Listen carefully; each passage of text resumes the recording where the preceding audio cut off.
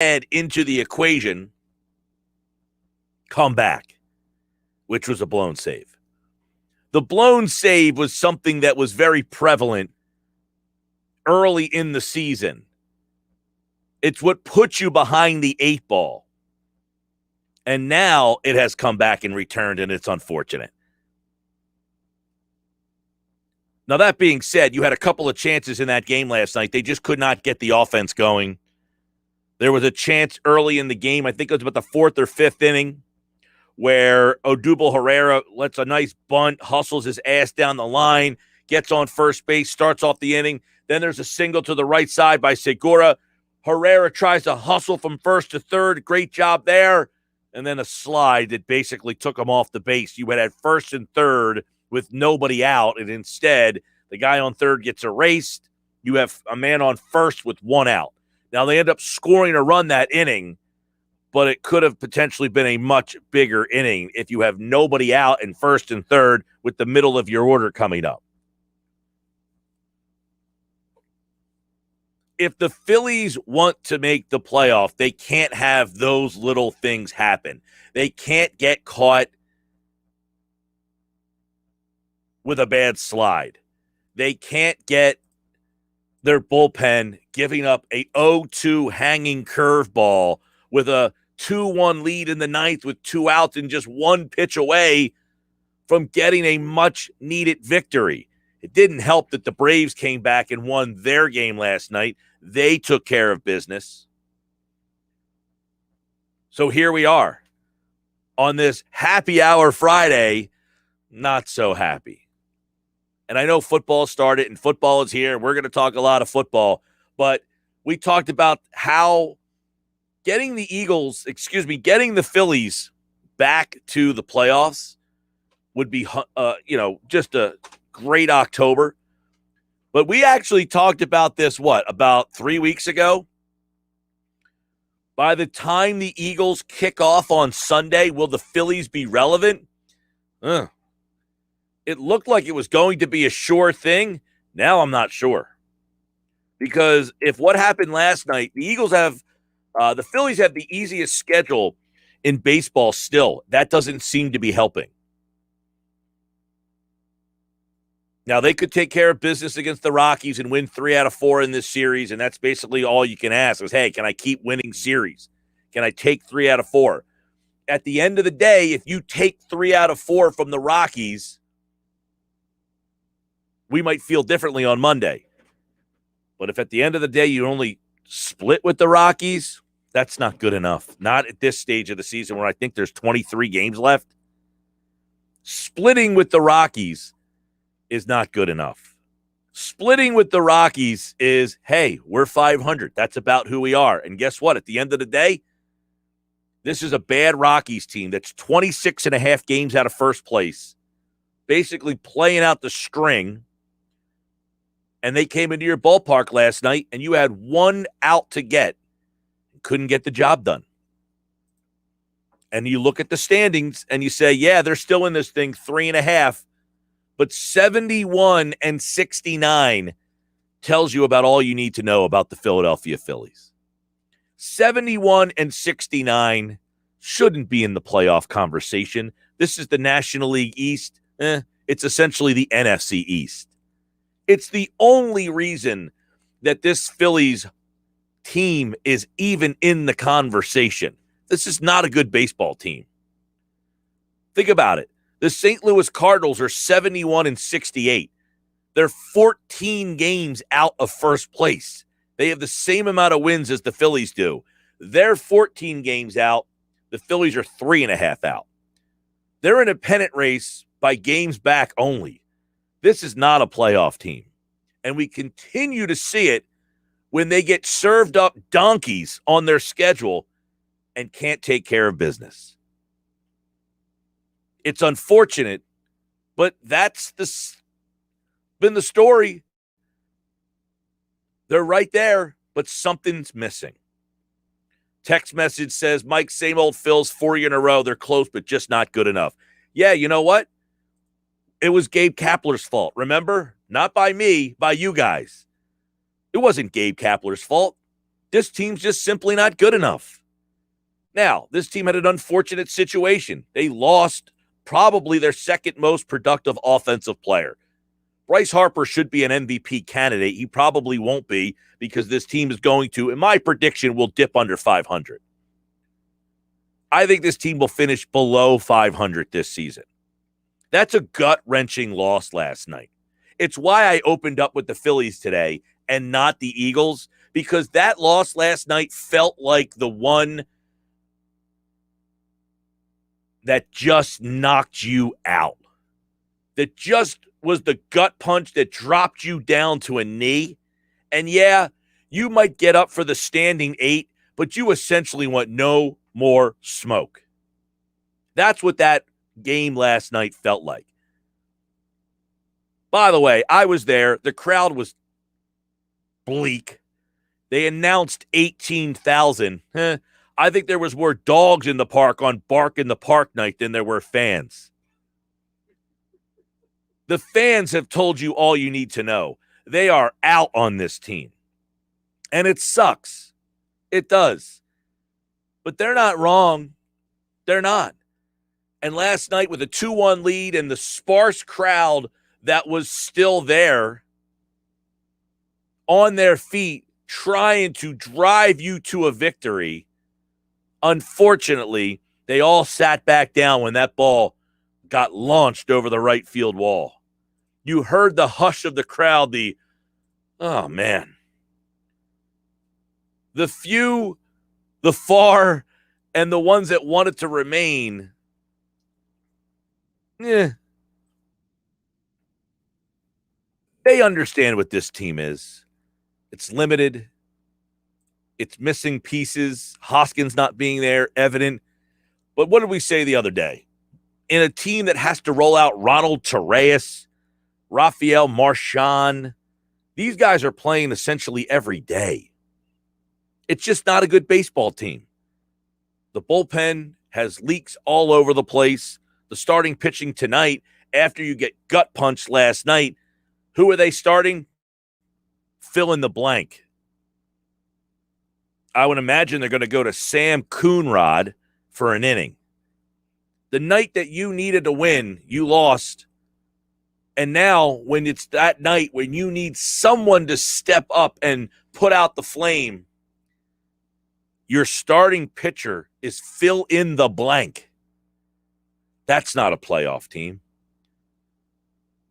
609 403 0973. 609 403 0973. It's the Sports Bash Live on 97.3 ESPN, the free mobile app. You can download the app in the Apple Store or Google Play. It's free thanks to First Bank of Seattle. You can message us through the app, and we encourage you to do so each and every day if you want to get involved in the show. There's a variety of ways you can always touch base with us through the app on the Message Us feature, on the text board at 609 403 0973. And if you're watching the show live on YouTube and Twitter, you can always be a part of the live video chat in the comments section there. With that, the Phillies lose last night, and I will put that to rest with this.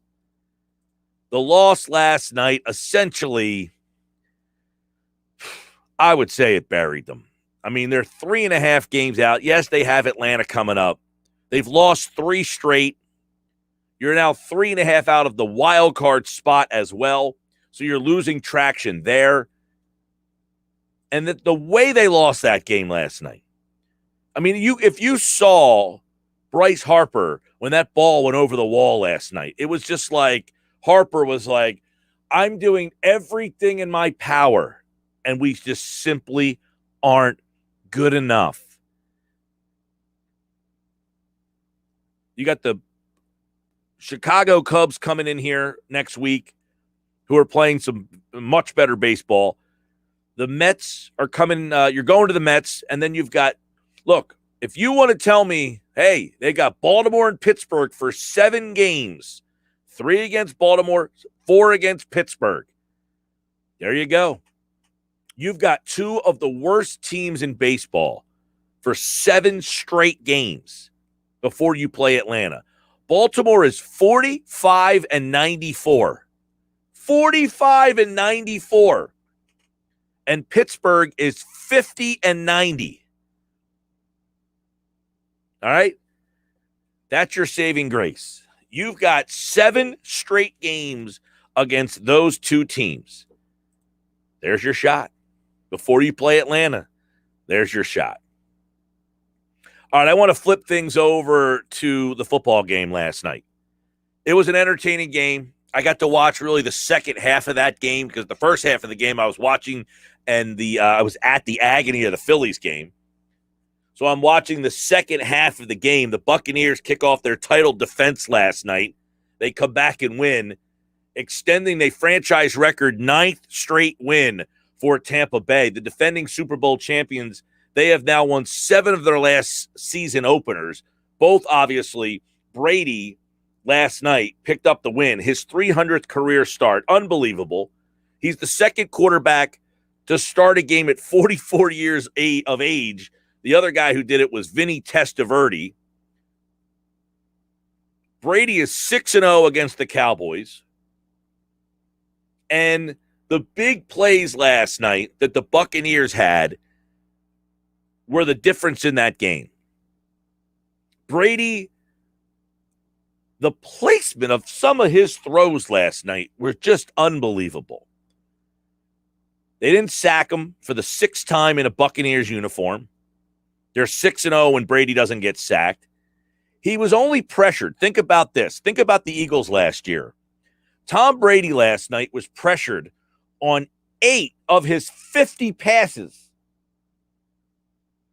8 times he had pressure last night. And that allowed him to make big play after big play. He was 7 of 10 when he threw the ball 15 or more yards down the field. It's his 3rd game with that many deep completions in the last 2 seasons. He has 12 passing touchdowns throwing over 15 yards down the field. The big play was the difference in the game last night. And think about this. This is where this team to me is really scary, the Buccaneers. We didn't want to bring this up or nobody wanted to talk about it or his name never really got mentioned. But that Antonio Brown kid is pretty darn good. For all the knucklehead stuff he's done off the field, and he has been a disgraceful human being off the field. He's the best wide receiver they have, and they have Mike Evans and Chris Godwin on that team. Antonio Brown is the most accomplished player other than Tom Brady on the team. You're talking about a Hall of Fame wide receiver who's still just 31 years old. He's the best receiver on the team. Last year, think about this. That team was thrown together, mismatched together in the middle of a pandemic, and they won the Super Bowl. They went out and got Antonio Brown with like 3 weeks left in the season. He was a non-factor, essentially. They now have a full offseason, a training camp, 2nd year together, 2nd year with the coaches, 2nd year of this roster back together. They have all 22 starters back, and Antonio Brown is added to that mix. And my takeaway from that was the Cowboys went toe to toe with them. Pretty interesting. You know, we hear the get off my lawners. They got to play preseason games. They have to be out there and play preseason. Dak Prescott hasn't played in 11 regular season straight games. He had no preseason games and essentially didn't practice at all. And he threw for over 400 yards. You're telling me that Cowboys team is going to be pretty good. We've talked about it a lot. I think they're the favorite in the NFC East. Oh, the NFC is up for grabs. The NFC East, is up for grabs. If you watch that game last night, your takeaway is 2 things. Brady is still amazing. Antonio Brown is their best weapon. They've got Gronk. They've got Godwin. They've got Evans. Their offensive line's intact. That Buccaneers team is really good. And the Dallas Cowboys went toe for toe with them last night. And really, if their coach wasn't the biggest moron on the planet, they would have won that game last night. I mean, Mike McCarthy's hideous. You know, for years, I said the one thing holding that team back was Jason Garrett was essentially a junior football league level coach. He's horrible. McCarthy's terrible. The only reason they lost that game last night is McCarthy. His time management was hideous. If anybody else is coaching that team last night, I think they beat the Buccaneers. Do you guys agree? Gronkowski, 88 receiving touchdowns in the regular season. He had a big game last night. But Dak Prescott returned to the field for the first time since he got hurt in week 5 of last year. Prescott had 58 passing attempts. Now, the question is, can they keep rolling him back 58 times? And why with Zeke Elliott do they not feel like they can run the ball? Why with this great offensive line do they not feel like they can run the ball? That's the only question that I have. Prescott, the first player with 400 yards passing and 3 touchdowns in a season opener since Dak Prescott did it in 2019. Now, I will say this. The Dallas defense is not very good. That being said, they're matched up against one of the best offenses, period. And for them to kind of hang in there, I thought their defense hung in there because their defensive secondary is very young. They've got a very young secondary. And in the league, the rules are, you can't do anything on defense. But they're my takeaways from that game last night. Tampa Bay is loaded. And Dallas went toe for toe with them. They went punch for punch, blow for blow. I was, at the end of the night, there's no moral victories because at the end of the day, you're 0-1 and you are sitting at the bottom of the NFC East standings. And in the NFC East, if it's as close as many people think it might be, a loss is a loss and a loss can hurt you. But that loss to me is going to be far more impressive than anything that anybody else could do this weekend. The Giants beating Denver, okay. Washington beating Los Angeles, all right. Philadelphia beating Atlanta, yawn. The fact that Dallas went toe-to-toe with the Tampa Bay Buccaneers is probably the most impressive thing that happened in the division all weekend long. Agree or disagree? 609-403-0973. 609-403-0973. That's the text board. Download the free mobile app, and you can hit us up on the mobile app. Hit the message us button on there, and you can be a part of the Sports Bash. As always, here on a Happy Hour Friday, like to have you with us. It's brought to you by Matt Blatt Kia. They want to get you approved today. Matt Blatt, 6211 Black Horse Pike, Egg Harbor Township. I'm Mike Gill, at Mike Gill Show on Twitter. Follow me there. Sal Paolantonio at 3 o'clock today joins the show for another edition of Sal Pal Friday. I guess you missed the 7 points the kicker left on the table for the Cowboys, and you're blaming McCarthy. No, I didn't miss the 7 points the kicker left on the table. I guess you didn't watch McCarthy. You can have McCarthy. You sound like a Cowboy fan. You can have McCarthy. I'll take somebody else. If you like the way he coached that game last night, that's on you. You can have him. He was horrible. Yeah, the kicker missed kicks. I get it. His clock management was horrendous. Cowboy fans always refuse to admit the obvious. Like, it's admirable for you to be a Cowboys fan. You have that. You take that for yourself. I have never met a bunch of fans who just never it's never, you know what, we're just not good. Our coach stunk. It's the referee stunk. We had so many injuries. This happened. It's never, you're right, the coach stunk. For years, they told me Jason Garrett was good. No, Jason Garrett was the one problem, and now McCarthy's the problem. He was terrible last night. Forget the kicker. You want to blame the kicker? You go blame the kicker. The coach last night was terrible. The clock management in that game, he absolutely blundered that game. They should have won that game. And then late in the game, they blundered it again. You're going to give Tom Brady a minute, whatever was that, 29 back on the clock? Terrible. Horrendous.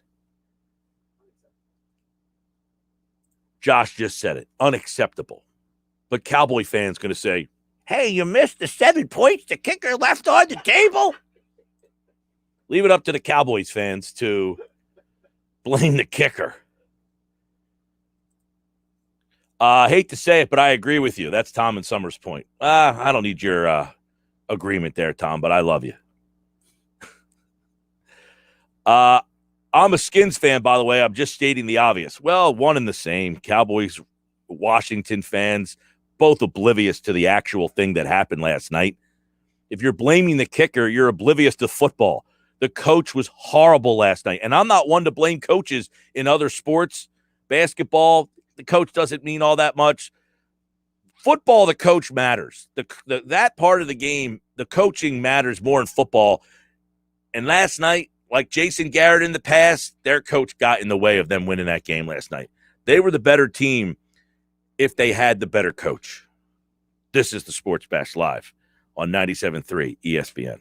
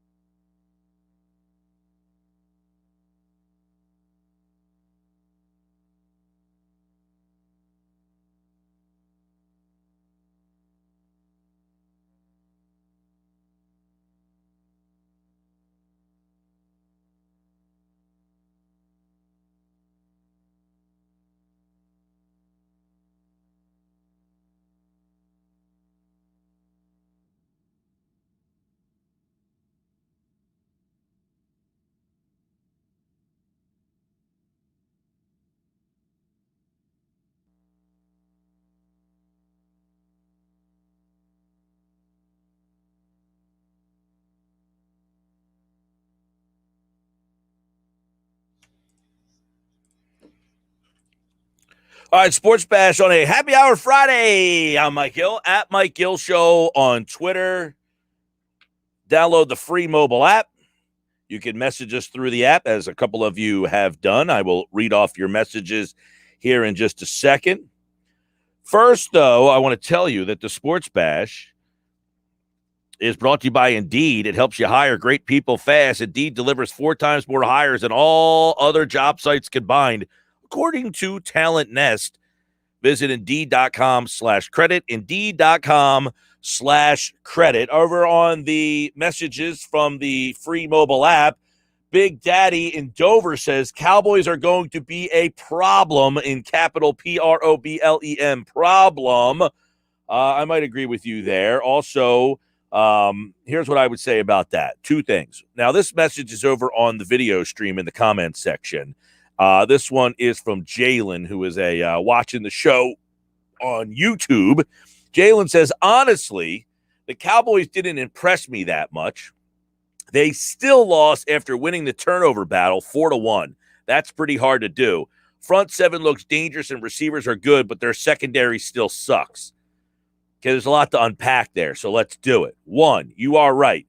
Winning the turnover battle and losing the football game is a little bit of an odd situation, especially after a 4-1 win in the turnover department there. So I will give you that has some merit. That being said, keep in mind, Dak Prescott hasn't played in almost 300, over a year, I think they said. It was like 300 and some days since the last time Dak Prescott took a snap or something crazy like that. So he's only going to get better. They're playing the best team in football. I mean, they're going to tighten the screws. They're going to, I would anticipate cut the turnovers problem down. Now, if McCarthy gets in the way, I can't help them with that. But talent-wise, Dallas is pretty darn deep and talented. They're going to have holes. Their secondary is not very good. I was very impressed with what I saw from Prescott, though. I will give him that. I like Prescott. I've never been a Prescott hater, so I have no problem saying that. 609-403-0973, 609-403-0973. Sal is watching the show on YouTube. He says, Dak isn't going to last a full season if he's throwing 50-plus a game. Well, that's what I said. He threw 58 times, I think it was, last night. Can they do that every single week? That's what they were doing last year, and he ended up getting hurt. So can they do it and ask him to throw the ball 50 times, 45 times, and not get him hurt again after? Look, they asked him to throw the ball 58 times after he hasn't played in almost a full season. Tells you everything you know. Do they not trust Zeke Elliott at all? I mean, do they think Zeke Elliott just stinks, or was it the matchup last night? I mean, I know Tampa Bay's pretty good up front. Vita Vea just absolutely dominated the game last night. My God, he was throwing grown men of 300 pounds around like a rag doll.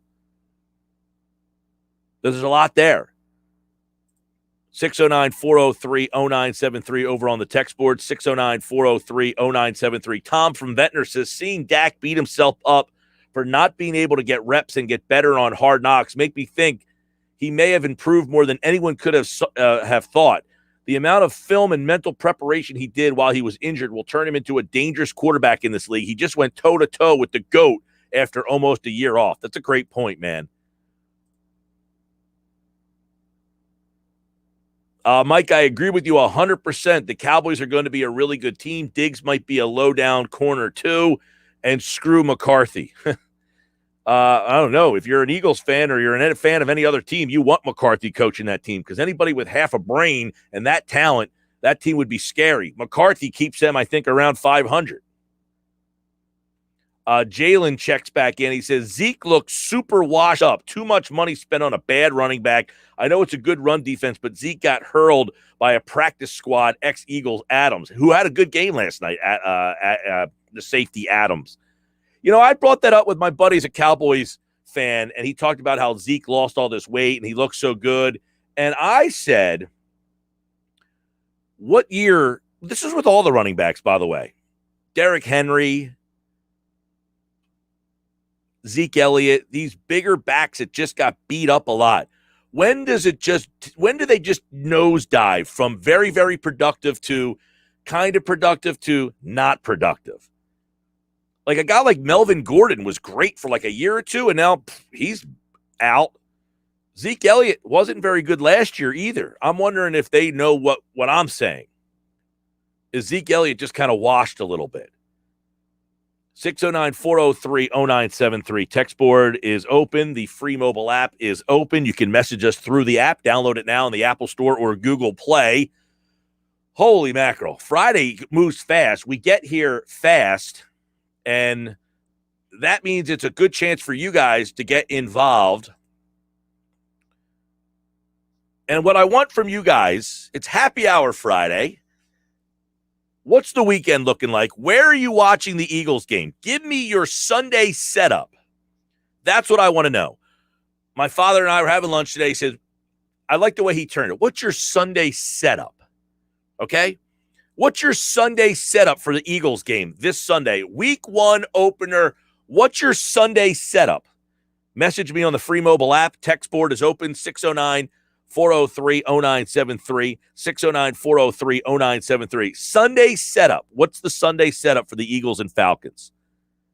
Plus, it is a happy hour Friday.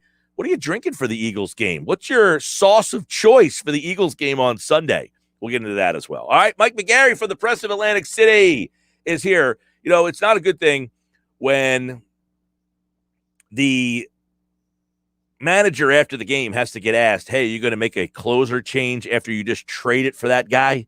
But that's exactly what happened last night. And what's that mean for the Philly season? We'll get into that. Plus, we'll get Mike's thoughts on this Eagles and Falcons game. His must-win column touches on it. It's the Sports Bash live on 97.3 ESPN, the free mobile app.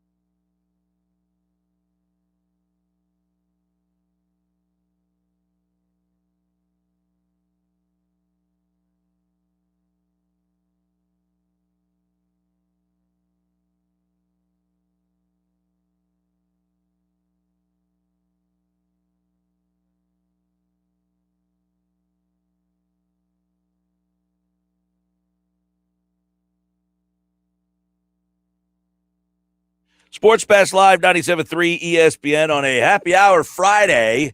What is your Sunday setup? Mike, I've moved to Delaware, so my Sunday setup is me going to Delaware Park, sitting in the sports book with about $500 to play. I like that setup. We'll read off some more texts. If you're listening on the free mobile app, you can message us through the app as well. Mike McGarry from the Press of Atlantic City, his must-win column. We'll touch on that. He is brought to you by Calvi Electric, now offering residential service for your home and business.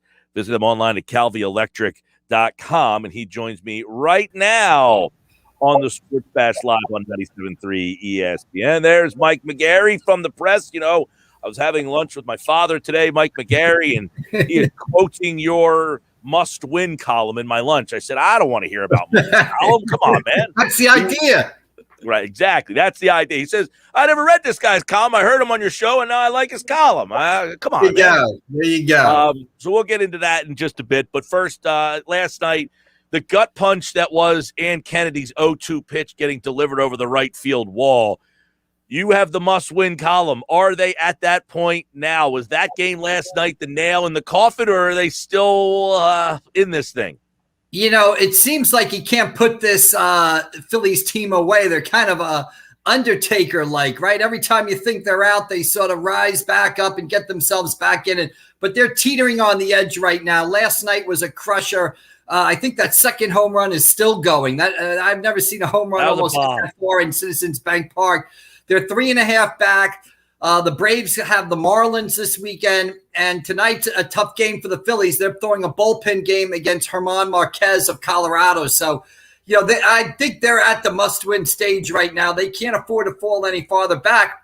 But again, just when it seems like they're out of it, they somehow manage to win or the Braves lose. So I'm not going to put a nail in their coffin just yet, but they're pretty close to being there, basically. Yeah, and I mean, last night it's the gut punch they haven't been getting lately. It's that blown save, which was their 30th. You saw that a lot in the first half.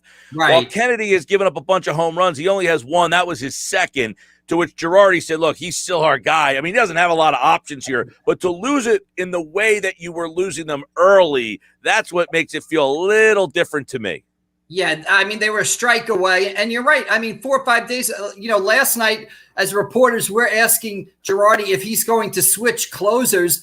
5 or 6 days ago, we were asking Girardi, like, how comforting is it to have a guy in the back end of the bullpen in Kennedy, a veteran who can get through tough spots. You know, he had sort of gutted his way through a lot of saves. He was probably due to blow one or two, and last night is a crusher. But again, this team has had the ability to come back. But I worry about tonight's matchup. If Atlanta beats Miami and the Phillies with a bullpen matchup against Marquez of Colorado, who's really a good pitcher, if they fall 4.5 back, with about 19 games go, it might be all over. Well, Mike, that's the thing. It's the double whammy of the gut punch of the blown saves with 2 outs and an 0-2 count and losing like that. And then the next day having a fill-in-the-blank pitcher start. It's like you lose that game, and now you don't know who you're even turning to. I would imagine Coonrod, they're going to go back down that route again? Yeah, I would guess so, and then the parade of relievers will start. But again, you make a great point there. If your season is going to come down tonight's game, I don't think anybody envisioned, Sam Coonrod and, J.D. Hammer and Archie Bradley and Alvarado and the rest of the guys out there, kind of making the Phillies' final stand. So that could be coming tonight. It's not an ideal position to be in. Okay, now one guy you didn't mention was Neris. If it is a closing situation, do you justify saying we're going to turn to Hector Neris? I know he has not pitched outstanding as the closer, but he's been outstanding in this new role. Yeah, I mean, Girardi was asked about that last night, and he kind of said we're going to look at it on a game-by-game basis, but he also said that he likes Neris pitching against, the heart of the lineup in the 7th inning or tough hitters in the 8th inning. In my personal opinion is if you turn the game over to Hector Neris, he's just going to blow one. I mean, we've seen the movie before. He can pitch well in the 6th, 7th, 8th innings. Maybe that's his role. When he pitches in the 9th, he's very shaky, and getting those final 3 outs of the game are not the same as getting 3 outs in the 7th inning. So maybe he's just suited for that earlier in the game route. But role. I think to turn to Hector Neris and expect him to all of a sudden be Mariano Rivera, that's not going to happen. All right, Phillies, they continue that series against the Colorado Rockies. Now, the one saving grace, Mike, when I look at the schedule is 7 against Baltimore and Pittsburgh back-to-back before you play the Braves. So if you're 3, 4, 5 games out, you can hope to make up a little ground with those 7, maybe. Yeah, that's the goal right now, I think, is to get to that Atlanta series, which will be, it's 3 in Atlanta, 3 in Miami. Get to that week, the final week of the season. I think you got to get there within a game and a half or at the most 2 games back of the Braves. I mean, it's really hard to make up games. The Braves do have a series coming up with the San Francisco Giants. Maybe the Phillies can make a little hay there. But again, we've seen, last night they lost to a team that hardly ever wins on the road. Now they've got 3 more. Are they going to win these next 3 in a row? I don't know. I think tonight's a very tough game for the Phillies. So, I know people look at their schedule and see a glimmer of hope in their schedule, but I mean, the Phillies, they're trying to get a playoff spot with Matt Vierling and Jankowski and these guys that, you didn't think were going to be key guys when the season started. Yeah, you got that right. Mike McGarry from the Press of Atlantic City. His must-win column will shift to the Eagles. He says, trouble ahead for the Eagles. How does 5-12 sound? So let's start with that. Obviously, there's a lot of I don't want to say mixed anticipation. Most of the anticipation is that this will not be a very good team, but will it be a fun team? No, because 5-12 is not fun. And honestly, when I looked at their schedule, I was being generous getting them to 5. I mean, I think, I think it's also not going to be fun because I think the start is going to suck the life out of the team. There's nothing worse than having your football team start 0-2, 0-3, 0-4. And believe me, most people know I'm a fan of the New York Giants. I've lived through it the last 4 or 5 years. When your NFL team starts 0-2, 0-3, 1-3, 1-4, boy, the football season is just not as much fun as it used to be. And that's why I think Sunday's such a big, big game. If the Eagles don't win on Sunday with the schedule that they've got coming up, San Francisco, Dallas on the road, Kansas City, Tampa. I mean, they could be 1-6 before, or dare I say it, 0-7 before you even blink an eye, and that's no fun at all. You're right about that. The schedule is pretty tough, and we'll get into what the game looked like last night in your eyes between Dallas and Tampa Bay. But how about the game on Sunday? Because this is a Falcons team, Mike, that only won 4 games themselves last year. So you would think that even though it's on the road, that this is a winnable game.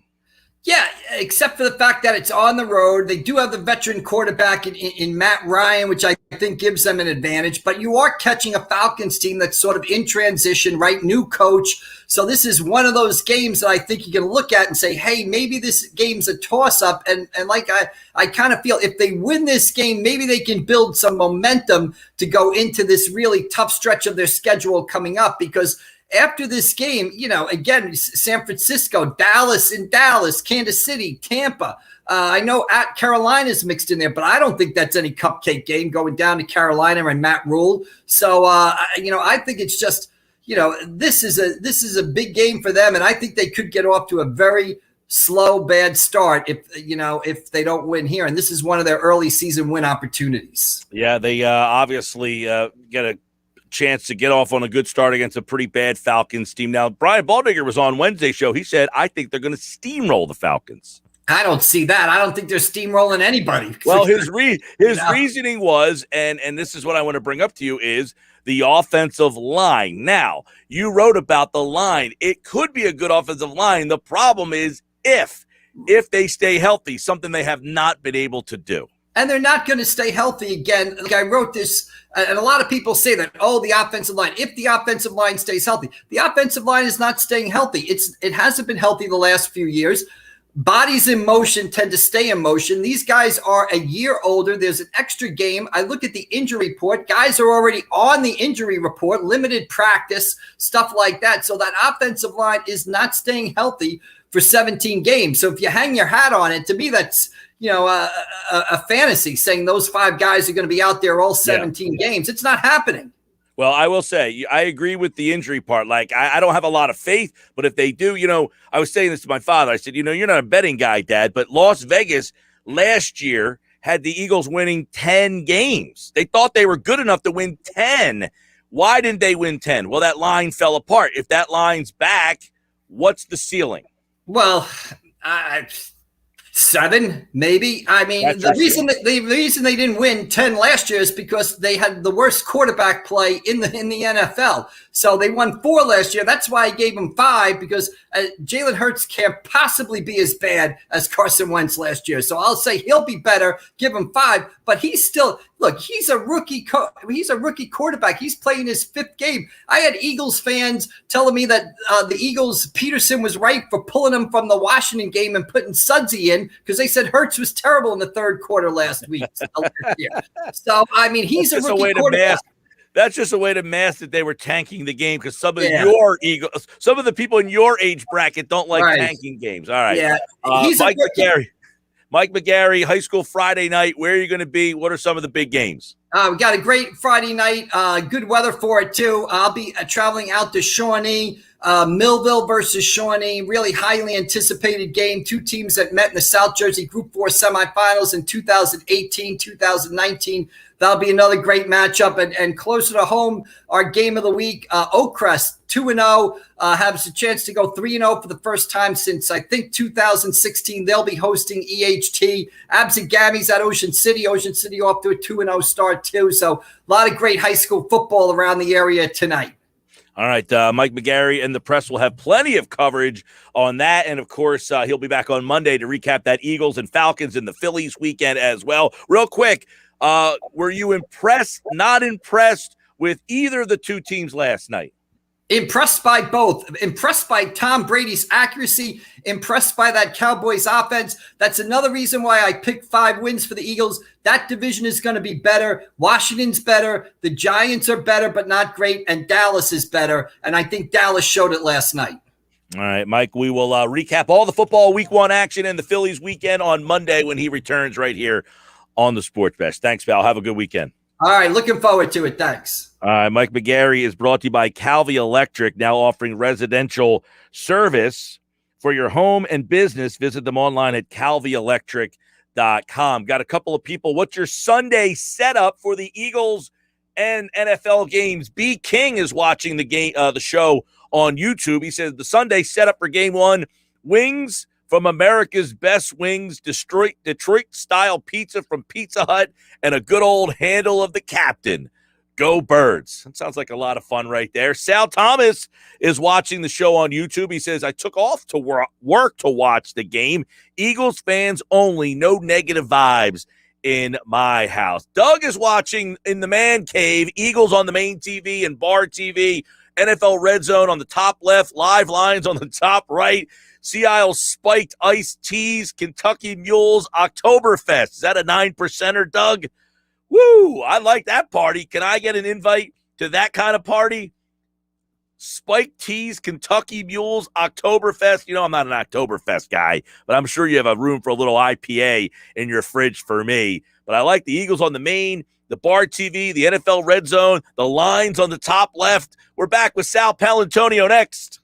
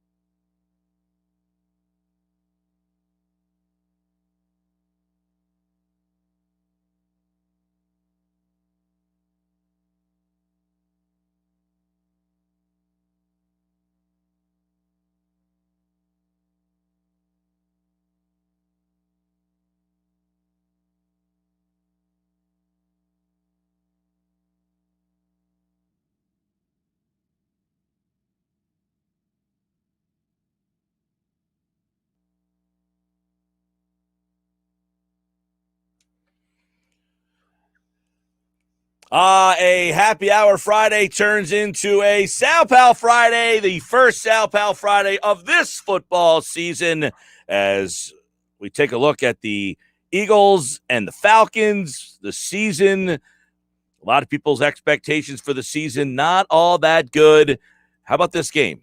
ESPN senior national correspondent Sal Palantonio set to join me right now for another season of Sal Pal Fridays right here on the Sports Bash with me, Mike Gill, here on 97.3 ESPN. And let's bring him in. The ESPN senior national correspondent Sal Pal is back for another season of Sal Pal Fridays. Thanks to our man, Johnny G, and the Burger Realty team in Ocean City. Right there, Sal Pal?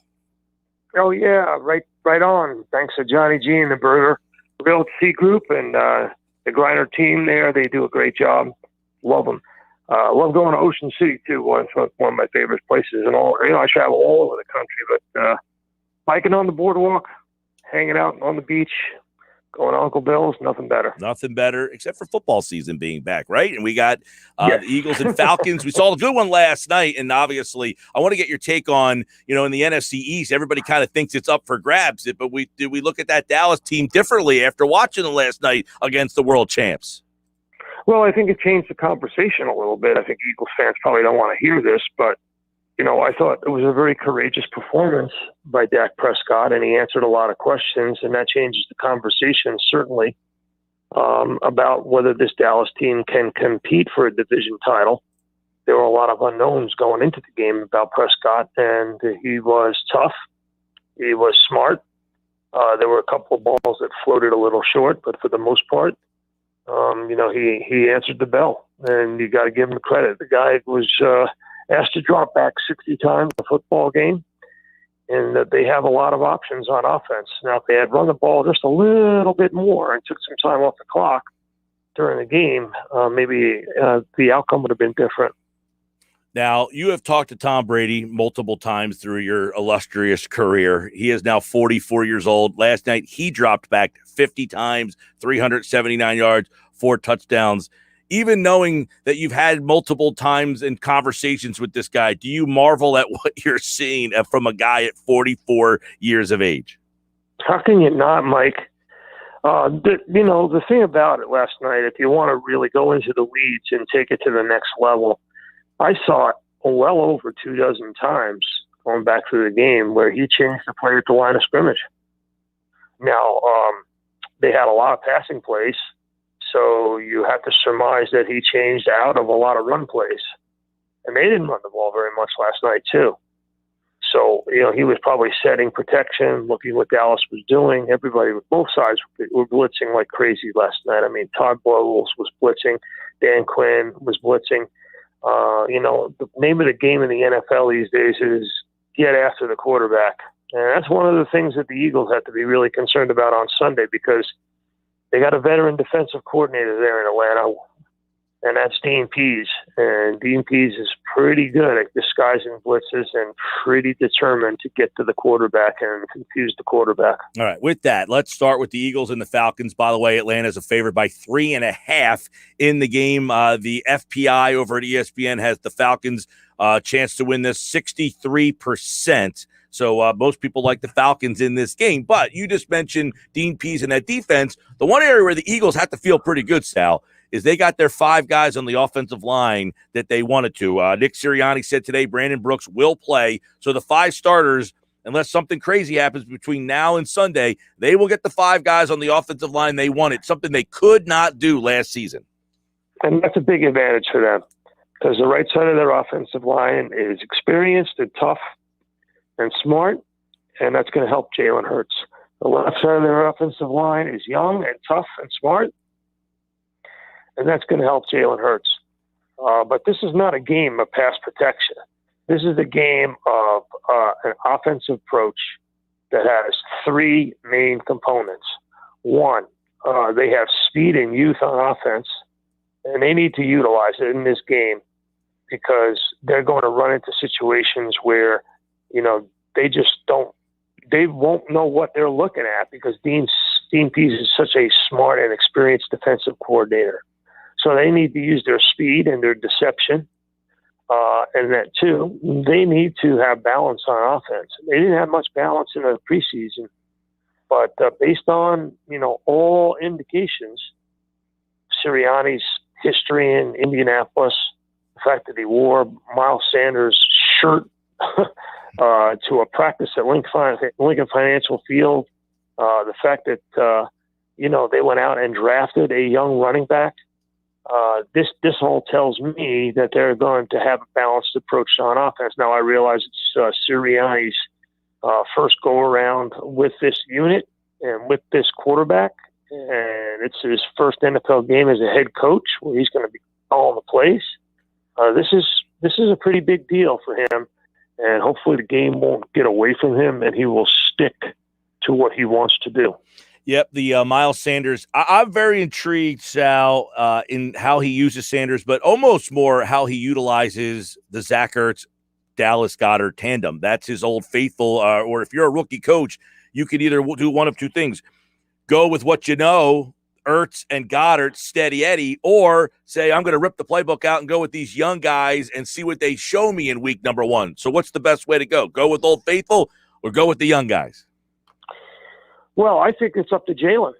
I think it's up to Jalen Hurts. I mean, to me, you'll have certain designs in place, but Jalen's got to get his first read, get the ball out. He's got to look at those receivers or tight ends, and is Rieger open? Is Smith open? Is Ertz in the right? Is Ertz winning his matchup? I mean, to me, and is Sanders the guy who you eventually get as a safety valve? They have a lot of potential, and I use that word specifically. They have a lot of potential options on offense, but it depends on a lot of things. Hurts has got to stand in there, not just one read and run. He's got to get to his second read, and he's got to pick a guy that he's going to lean on or distribute the football. These are all decisions that will be made in the crosshairs where the Falcons are trying to get at him. Is that a story for you, the Ertz Goddard, who gets more snaps, who gets more targets, or is that just the flow of a game, or is there one over the other? How do you read that? Yeah, I think it's a flow of the game, Michael. I do. I think it's the flow of the game. I think it's all about down and distance, scored the game, how's the defense doing. But as I explained on my Instagram account this morning, and I taped something from NFL Films, I think you hit the nail on the head. I think that the fact that he's got rested, experienced guys on the offensive and defensive lines where they could win on the line of scrimmage on both sides of the ball. And that's, to me, the number one key to their victory. And the number two is Jalen Hurts. If he does not turn the ball over, or at least as much as Carson did, if he does not take the number of sacks, at least as much as Carson did, or by half, he doesn't have to be Superman. He doesn't have to do it all. All he has to do is better than Wentz last year. They have enough around him to beat this Falcons team. And then 3, again, going just sort of like a little inside baseball here, I think that Arthur Smith and the way he approaches offense in small ball, which he did in Tennessee, plays right into the hands of Jonathan Gannon, the new defensive coordinator. And everything about his defense is bend, don't break. Let's do everything we can not to give up the big play and make sure we keep the play in front of us to give our defense a chance to win and get off the field and give our offense a chance to have better field position. Sal Paolantonio, don't forget the matchup show is this weekend. I'll get you the times on that in just a second. But you brought up something. Arthur Smith, he had Derrick Henry. He doesn't have that here. And one area that I like Philly in this game, Sal, their defensive line against this Atlanta offensive front, which is kind of average. Yeah, it is kind of average. And it's not about having Derrick Henry necessarily, although Henry is a great talent. It was Arthur Smith's design and approach, going heavy, going 12 personnel. In other words, I hate to use those terms, but 2 tight ends on the field, going an extra back. They played a lot with fullbacks on the field last year in Tennessee. They are, back to the future kind of a running team in Tennessee. They won't be this year, because the new offensive coordinator is nothing like Arthur Smith. I think they're going to be much more wide open, where they have more 3 and 4 wide receivers on the field in Tennessee now that they have Julio Jones. I think they'll be definitely more wide open. But I think Atlanta is going to rely more on a heavy approach and a heavy run game and play action off of it, because that was the calling card. Tennessee had more play action pass than anybody else last year with Ryan Tannehill and Derrick Henry. And that's exactly what will help Jonathan Gannon, because Gannon is not going to do a whole lot of tricky stuff or wide nine stuff or stuff that puts his defensive players at too much risk or in jeopardy. He's going to keep the play in front of him, and that's exactly what this offense will play into. Sal Pal, by the way, the debut of the matchup show Saturday, 8:30 on ESPN2, and the encore airings on Sunday at 4 a.m., 6:30 a.m. on the mothership. So all of you fans of the matchup show, Sal Pal will be covering, by the way, this weekend. It looks like you are in in Buffalo for Pittsburgh and Buffalo. So that will be the I one wanted that you to get be to in see. Atlanta, but it just didn't merit. I mean, that Pittsburgh-Buffalo game is a huge 1 o'clock matchup for us. Very big. This is a good week 1 schedule. There's a lot of goodies this week.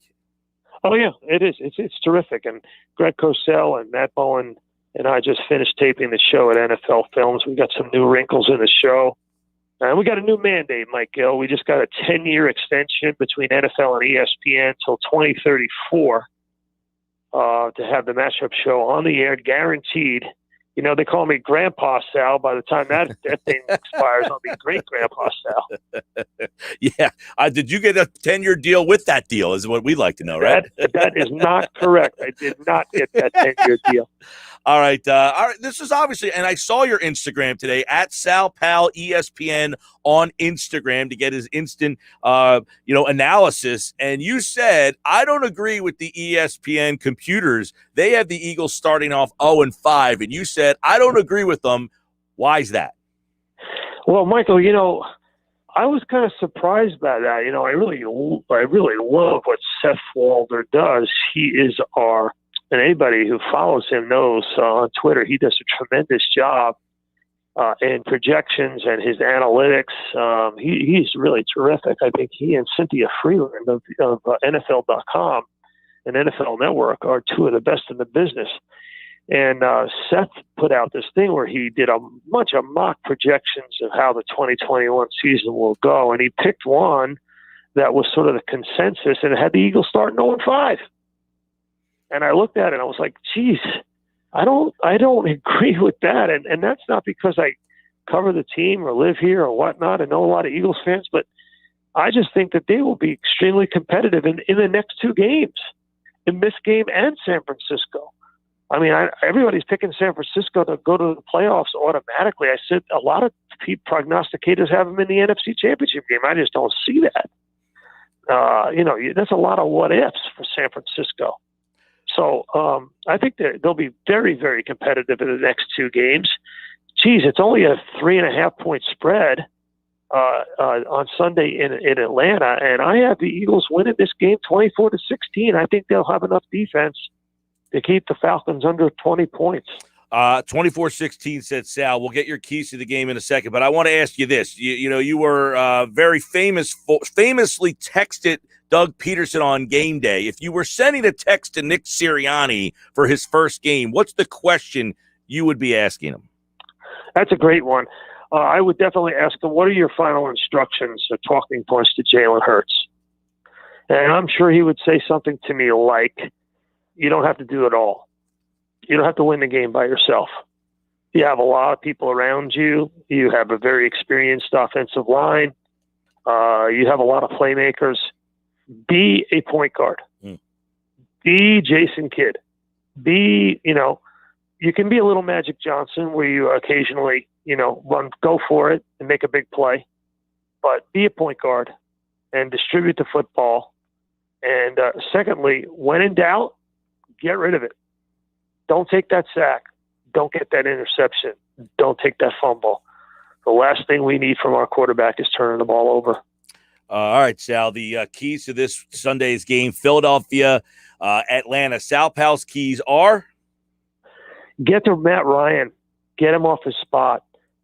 And the way to do that is Fletcher Cox and the boys right up the A gap. It's an average offensive line. You should be able to get pressure. You should be able to take the football away. And number two, don't turn the ball over from the quarterback position behind the line of scrimmage. That's the absolute no-no. Protect that football. And number three, don't let the big play get past you.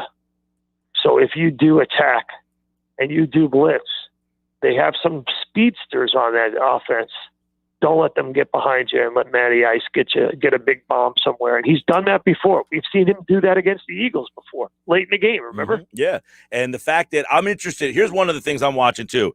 Calvin Ridley, Kyle Pitts. We haven't seen Pitts at all in the preseason. I think he played one snap. How do they use him, and how does Philadelphia follow him around? What do they do with them? And what do they do with Ridley? Is Jonathan Gannon going to use Slay all over the field, or is he just going to say, you're on that side of the field? Yep, they got to take that bubble wrap off of Kyle Pitts. That's going to be a big coming out party for sure, 100%.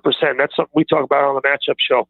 And that matchup show is Saturday at 8:30 ESPN2 with the encore airings at 4 a.m. and 6:30 on ESPN. Sal Powell and the crew getting you ready for the NFL matchup show and getting you ready for the Eagles and Falcons right here on the Sports Bash on a Sal Powell Friday.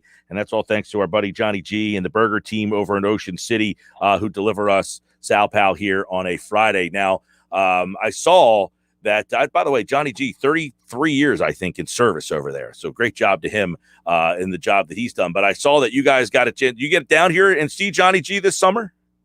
I did. And we had a chance to visit with one another.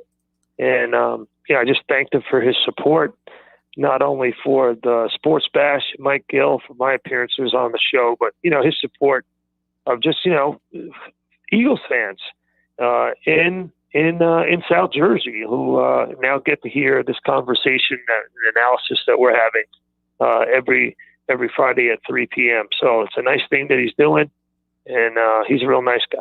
All right, Sal. Well, next Friday we'll be back for Eagles and 49ers. You have the Eagles beating the Falcons 24-16 on the first edition of Sal Powell Friday. All right, enjoy. I was just in Buffalo. I saw Niagara Falls. What a great place.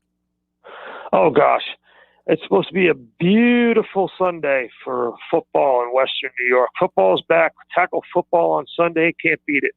Sal, we'll talk to you next Friday, my friend.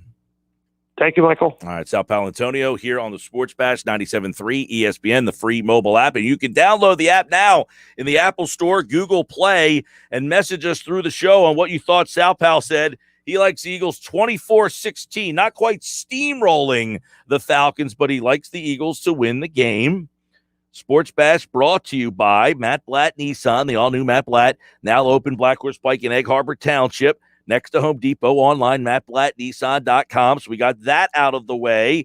We also know his keys to the game. One of them stood out to me that I think it was his number one key, and I think it's one that can actually happen. We'll get into that as well. But when we come back, our friend Susie Hunter's back. Where is she now? She's been going to every baseball stadium. Now, we haven't caught up with her for a couple of weeks because I haven't been here. So we've missed a bunch of stadiums. So where is she now? It's like, where's Waldo? Where's Susie? She's going to join us from parts unknown, I guess. I don't know what ballpark she's at tonight or where she's going or where she's been, but she's going to tell us all about it. And it's for a good cause, and find out about it. Coming up next.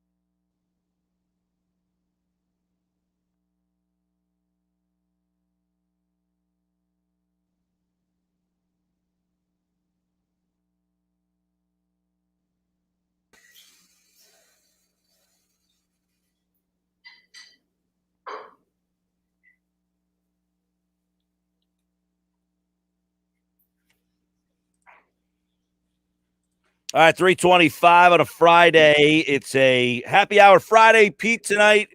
Casey Joyner, one thought every game. How about one thought on every baseball stadium? Let's do it. Susie Hunter is here. Now, I have been away for some time that I've lost track at where she's been. I would have to imagine, though, she is getting to the end of the line here for her Major League Baseball trip, which is for a good cause, by the way. We'll get you the details on that. But Susie's back to tell us more about the Major League Baseball road trip, what's next, where she's been, where she's going, as she's right now here on the Sports Bash. Happy hour Friday, Susie. Oh my gosh, Mike, I've missed you these past few weeks. I know. Well, I was doing my own ballpark tour, but I'm back and it's football season. But I've been kind of seeing where you've been. I saw San Diego. Is that the most recent place you've been? This is the first time I think I've talked to you not in a car. Yeah, I know. I'm actually in a house, which is crazy. I get to just like chill for a couple of days. But yeah, I was in San Diego. I left there yesterday. That's an awesome ballpark. I had so much fun there. But yeah, I've done a bunch of the West Coast. I'm almost done this road trip. It's crazy. Unbelievable. So tell us, I've never been to San Diego, Petco Park, San Diego. I want to hear a little bit about this one and what are the cool features about that place? Because that place is one that's on my list that I haven't been to. Yeah, well, the really cool thing about this ballpark, first of all, the view is incredible. The weather is just perfect all the time. But it takes, some historical features from the neighborhood and incorporates them into the ballpark.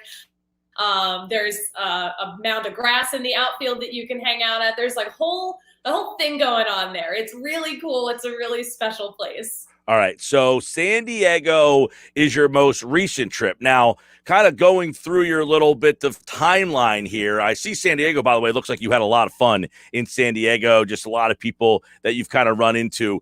So where were you before you hit San Diego? So you went from where to from San Diego, where? Let's go back the other way.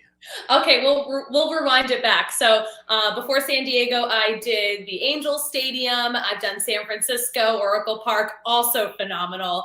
I did the Oakland A's. The Coliseum is a fascinating place. And I did Seattle too. So I've done like most of the West Coast. I have Dodger Stadium left to do here in California. I'm going to head there tomorrow. But yeah, I've hit up some really excellent ballparks lately. So you went to Oakland, which is not like some place like a destination. You said an interesting place.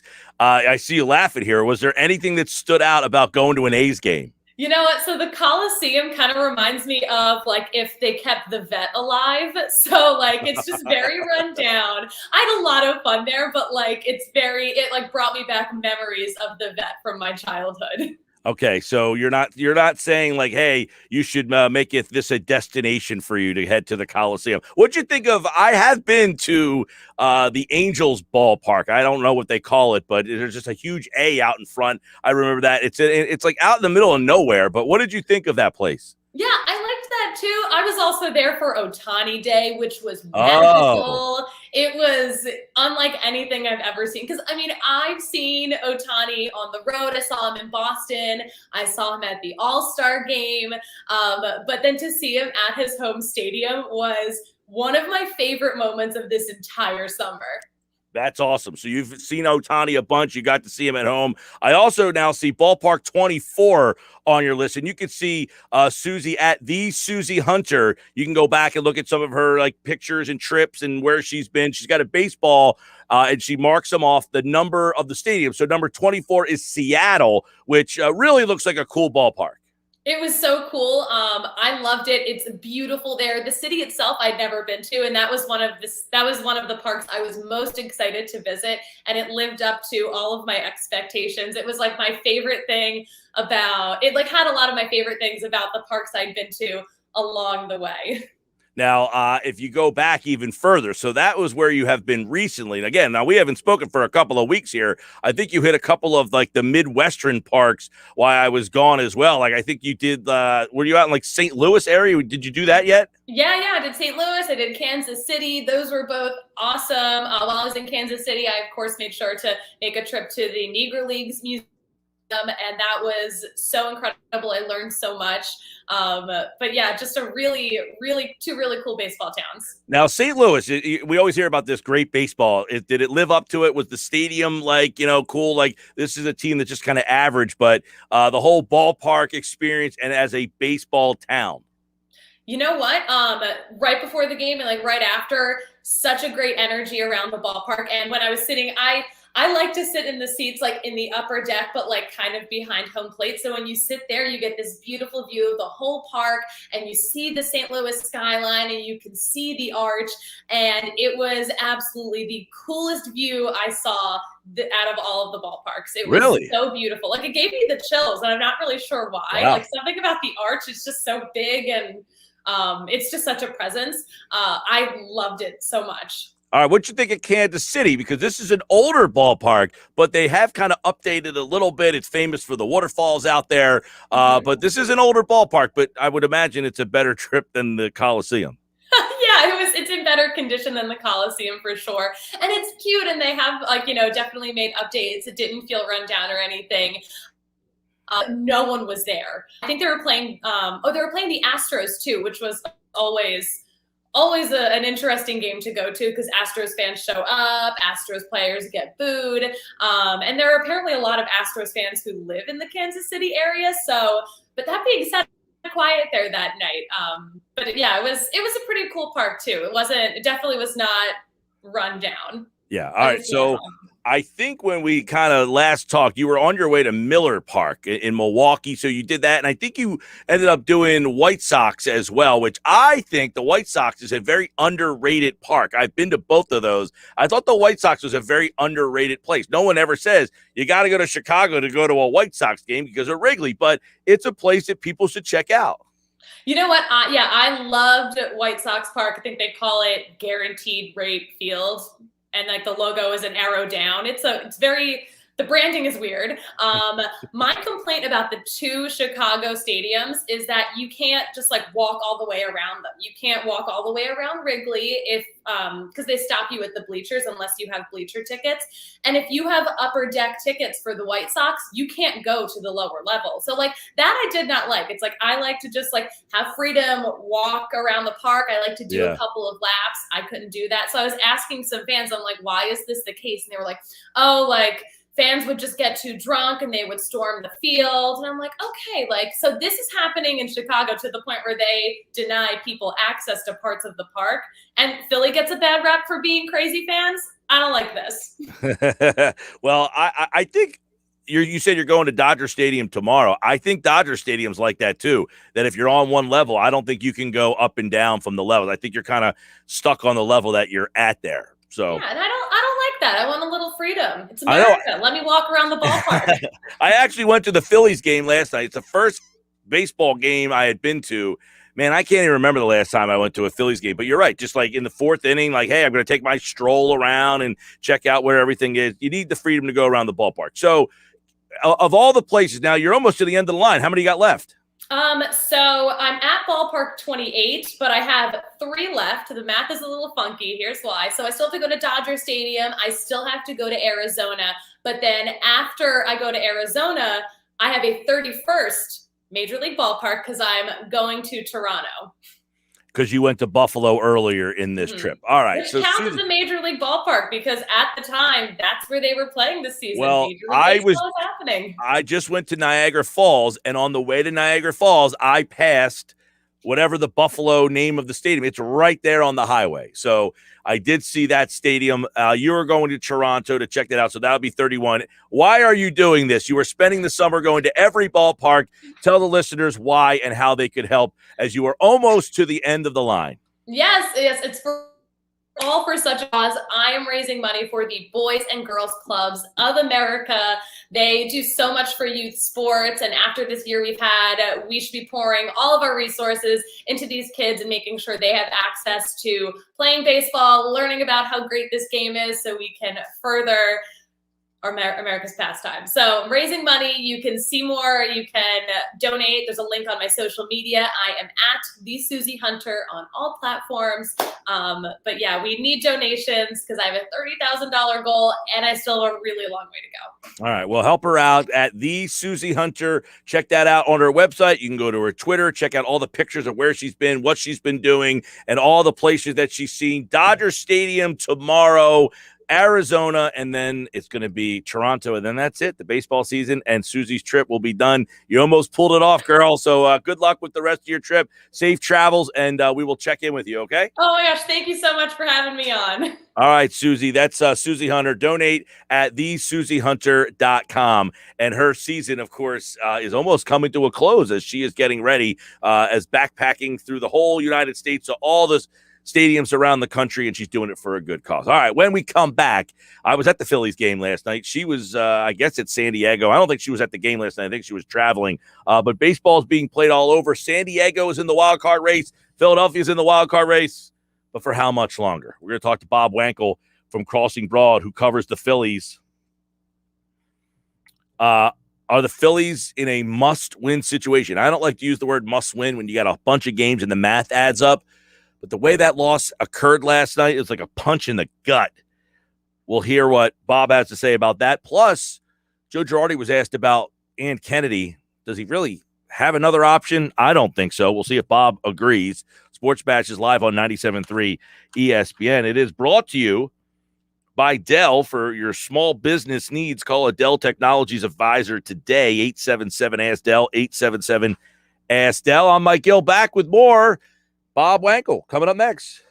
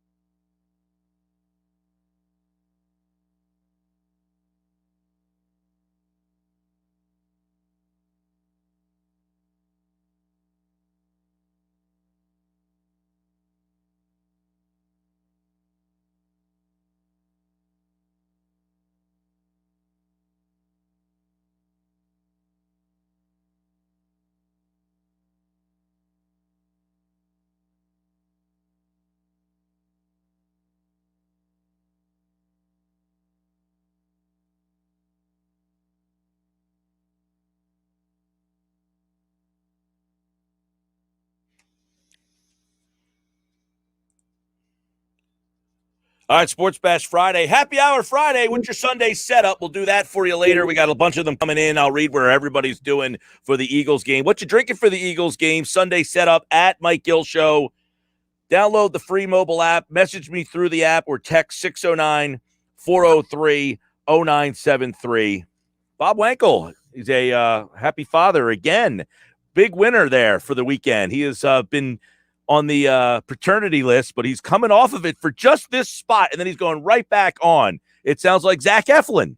Sports Bash Live, 97.3 ESPN. Bob Wankel, Crossing Broad, covers the Phillies, and he is with me here. So you weren't there last night.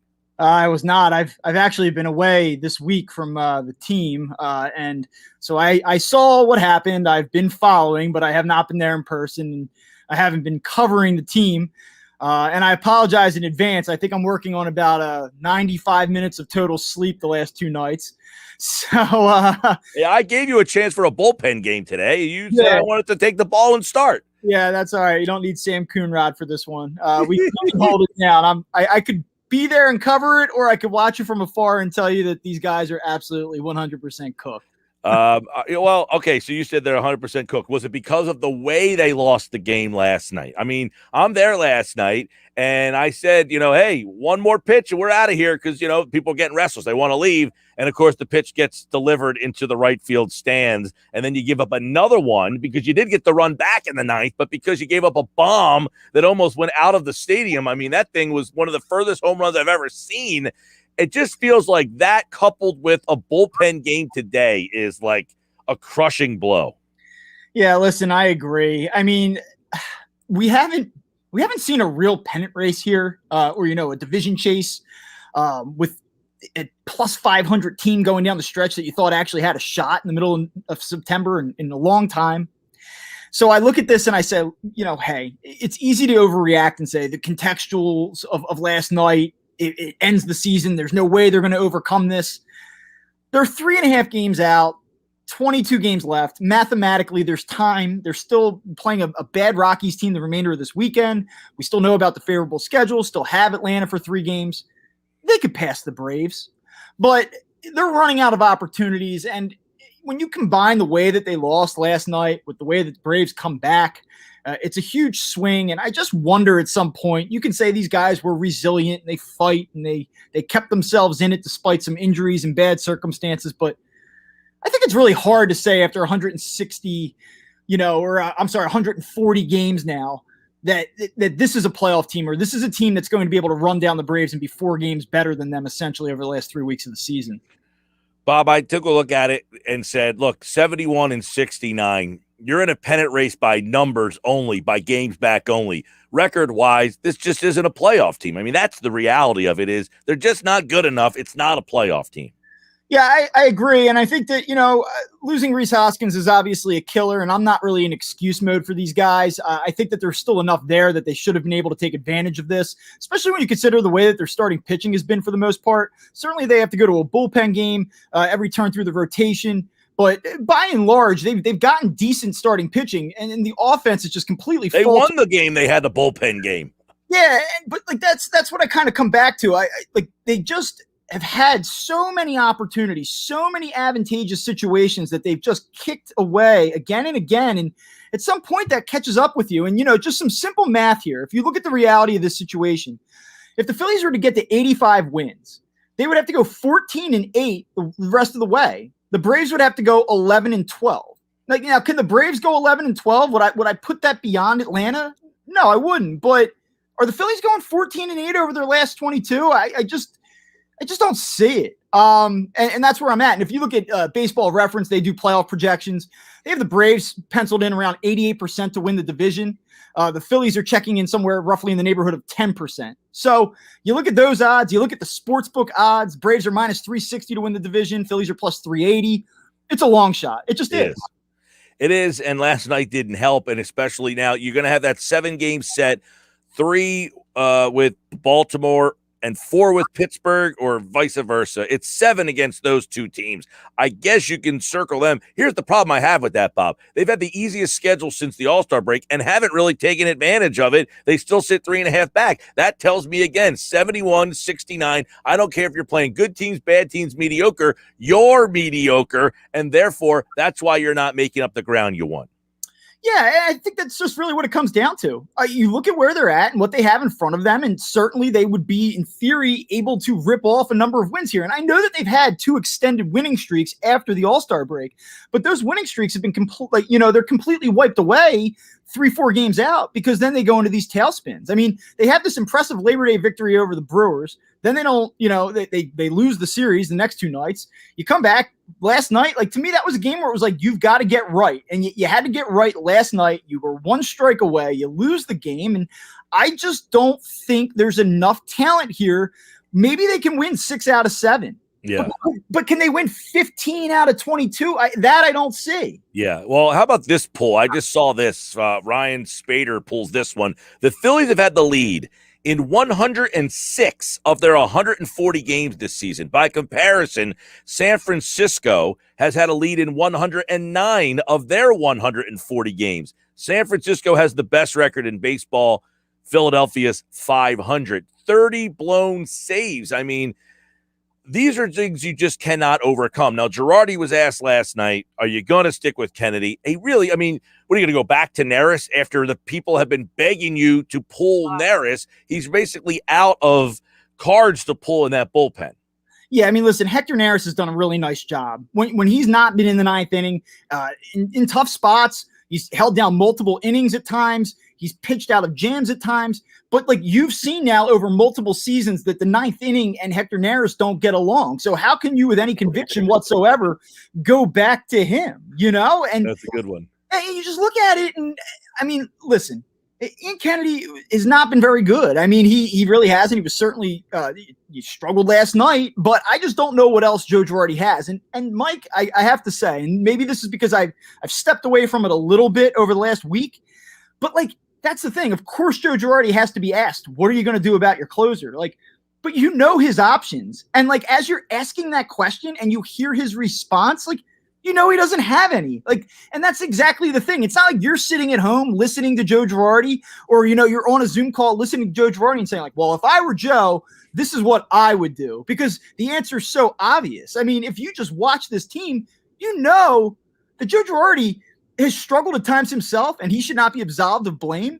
But that he does not have a lot of options, especially late in games. I mean, he just doesn't. I mean, especially where Neris is the obvious option, but you've already booed Neris right on out of that spot. So you can't be sitting your ass on the couch hoping he goes back to Neris after you've essentially booed him out of that spot. I mean, what are you going to say? Hey, why aren't you pitching Archie Bradley in this spot here? I mean, this is the problem of what they have. And then you go on and throw out the bullpen game. They don't have a 5th starting pitcher to get through a pennant race. They've lost their first baseman. I mean, it's admirable that they're here. But again, this is an organization that is just short on talent.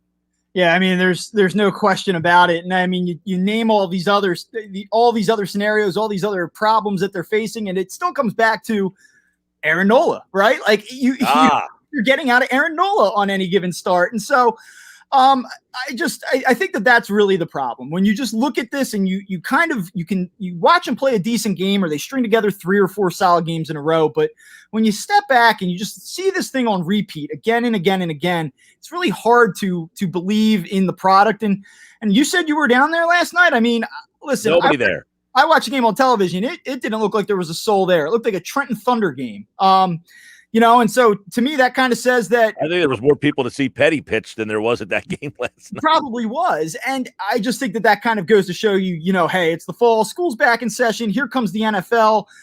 But more than anything, this is a good baseball city, a good baseball fan base that's been starved for postseason play. And they showed up last night 2.5 games out. And it just doesn't seem like anybody cares. And, sometimes I think that we overrate, and I know this probably isn't going to play well, but like I think sometimes we overrate the knowledge and the passion of Philly fans. Like I think a lot of that's pandering, frankly, sometimes. They're a good fan base, but at the same time, like, this fan base is smart enough to know that this is a fraud, and they know. Well, was it okay? This is an interesting point you bring up because the whole thing with Gabe Kapler when they were quote unquote in it. I mean, they were in these races, but nobody believed in them. They just because they didn't have the guy.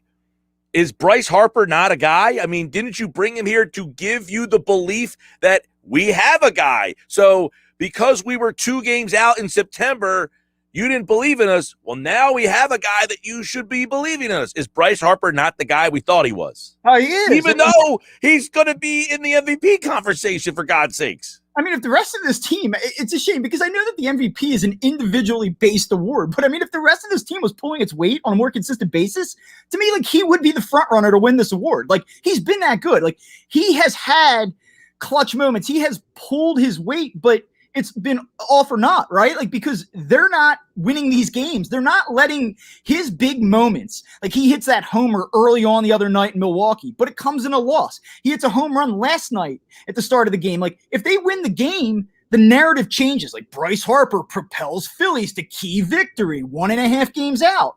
But like, those moments kind of get scrubbed away when Ian Kennedy goes out and falters in the 9th inning, or JT Realmuto goes into a week-long slump at the absolute worst time. I mean, that's the problem here. Bryce Harper has been great, but like, he can't do it on his own. He just can't. No, you're right. Oh, you're absolutely right about that. And then, of course, you mentioned Nola. I brought him up on Tuesday or whatever day he pitched the next day saying, look, he has been the problem this season. When you have inconsistency from the guy who opened this season for you as your ace and you don't know what you're getting from him half the time, that is another huge reason. And I know he's got a good contract. It's controllable to say, you're just going to trade him off. But you almost have to now go into next season saying we need an upgrade over that number 2 spot in the rotation. Yeah, I mean, listen, he's the ultimate, like, 2 things can be true guy. Like, is there more in the tank there? Yes. Like, are there numbers that suggest that he's better than what he's shown with the ERA and wins and losses? Sure. But, I mean, if you've watched him take the ball every time through the rotation, like, that he just hasn't been right. Like, he hasn't made key pitches in key situations on a consistent basis. He's shown flashes, but like, any questions that you have about Aaron Nola, like, I think sometimes like baseball fans and like the, like, I know more than you do people, like the numbers people, which I myself can be sometimes, like, we can like kind of like turn our noses up and say like, you obviously don't get it, but like, I think it's okay to like watch the Phillies this year and have this take that like, he has not been good enough. They need more out of him. And maybe they should consider, revamping the starting rotation and look elsewhere. Like, you would be selling short on him. You'd be selling at an all-time low. But, like, at the end of the day, like, he has not proven at any point now down the stretch in key starts that he can go out there and deliver for you. And, like, that's a huge problem anywhere. And it's especially a huge problem in Philadelphia because they will not let you forget about it. I feel like I want the post-mortem on the Phillies season, Bob Wankel, to have a baby. You have another baby in like a week and a half when this season's really done. This is really good. All right. Bob Wankel at Bob Wankel CB on Twitter. Congratulations, man. Yeah, sorry, I'm a little crabby today. I'll try to return next week and bring a little bit more positivity for you. I don't know that there's going to be much, but they do have the Orioles and the Pirates. I was going to say Ravens and Steelers, but football's on the brain. They have the Orioles and Pirates coming up before they play the Braves. So I'll ask you this. We got about 40 seconds. Will those Braves games have any meaning? Yeah, I think they'll be right where they're at right now. Like 3 games out, and, if you sweep them, you're right back in it. Will they finish 500 or above or below? I got them above by a hair. I got them like 82, 83 wins. Yeah, you're more positive than me, even cranky. Yeah, I think they basically split the rest of the way here. All right, Bob Wankel. All right, man. Go enjoy being a dad. All right, I'll talk to you. Thanks, Mike. See you, bud. That's Bob Wankel, Crossing Broad. He covers the Phillies, and he does a great job for Crossing Broad, and he'll be back with us with the weekend recap on Monday if we get it in, because if they lose and they're out of it, we'll probably be talking all about the Eagles. If they win and they're back in it, well, we'll want to talk about the Phils. Sports Bash is live on 97.3 ESPN and the free mobile app. You can download the free mobile app. It's free thanks to First Bank of Sea Isle, and you can message us through the app, as many of you have begun to do. If you're listening on the app, or if you're listening on the radio, you can message us through the app. Just open the app, hit the Message Us button, and we'll read off your messages throughout the show. Also, We're asking you, what's your Sunday setup for the Eagles game on Sunday? Let us know what's your Sunday setup for the Eagles game on Sunday, where you're watching, what you got, what's your food, what's your drink, all that on a happy hour Friday. Pete Thompson tonight at 4:40. Casey Joyner, one thought every game. You want to stick around to hear what he has to say on the Eagles and the Falcons matchup. And coming up next, Andrew DeCecco, football at 4. Nick Sirianni told us about Rodney McLeod and Brandon Brooks' availability. I got the answer next.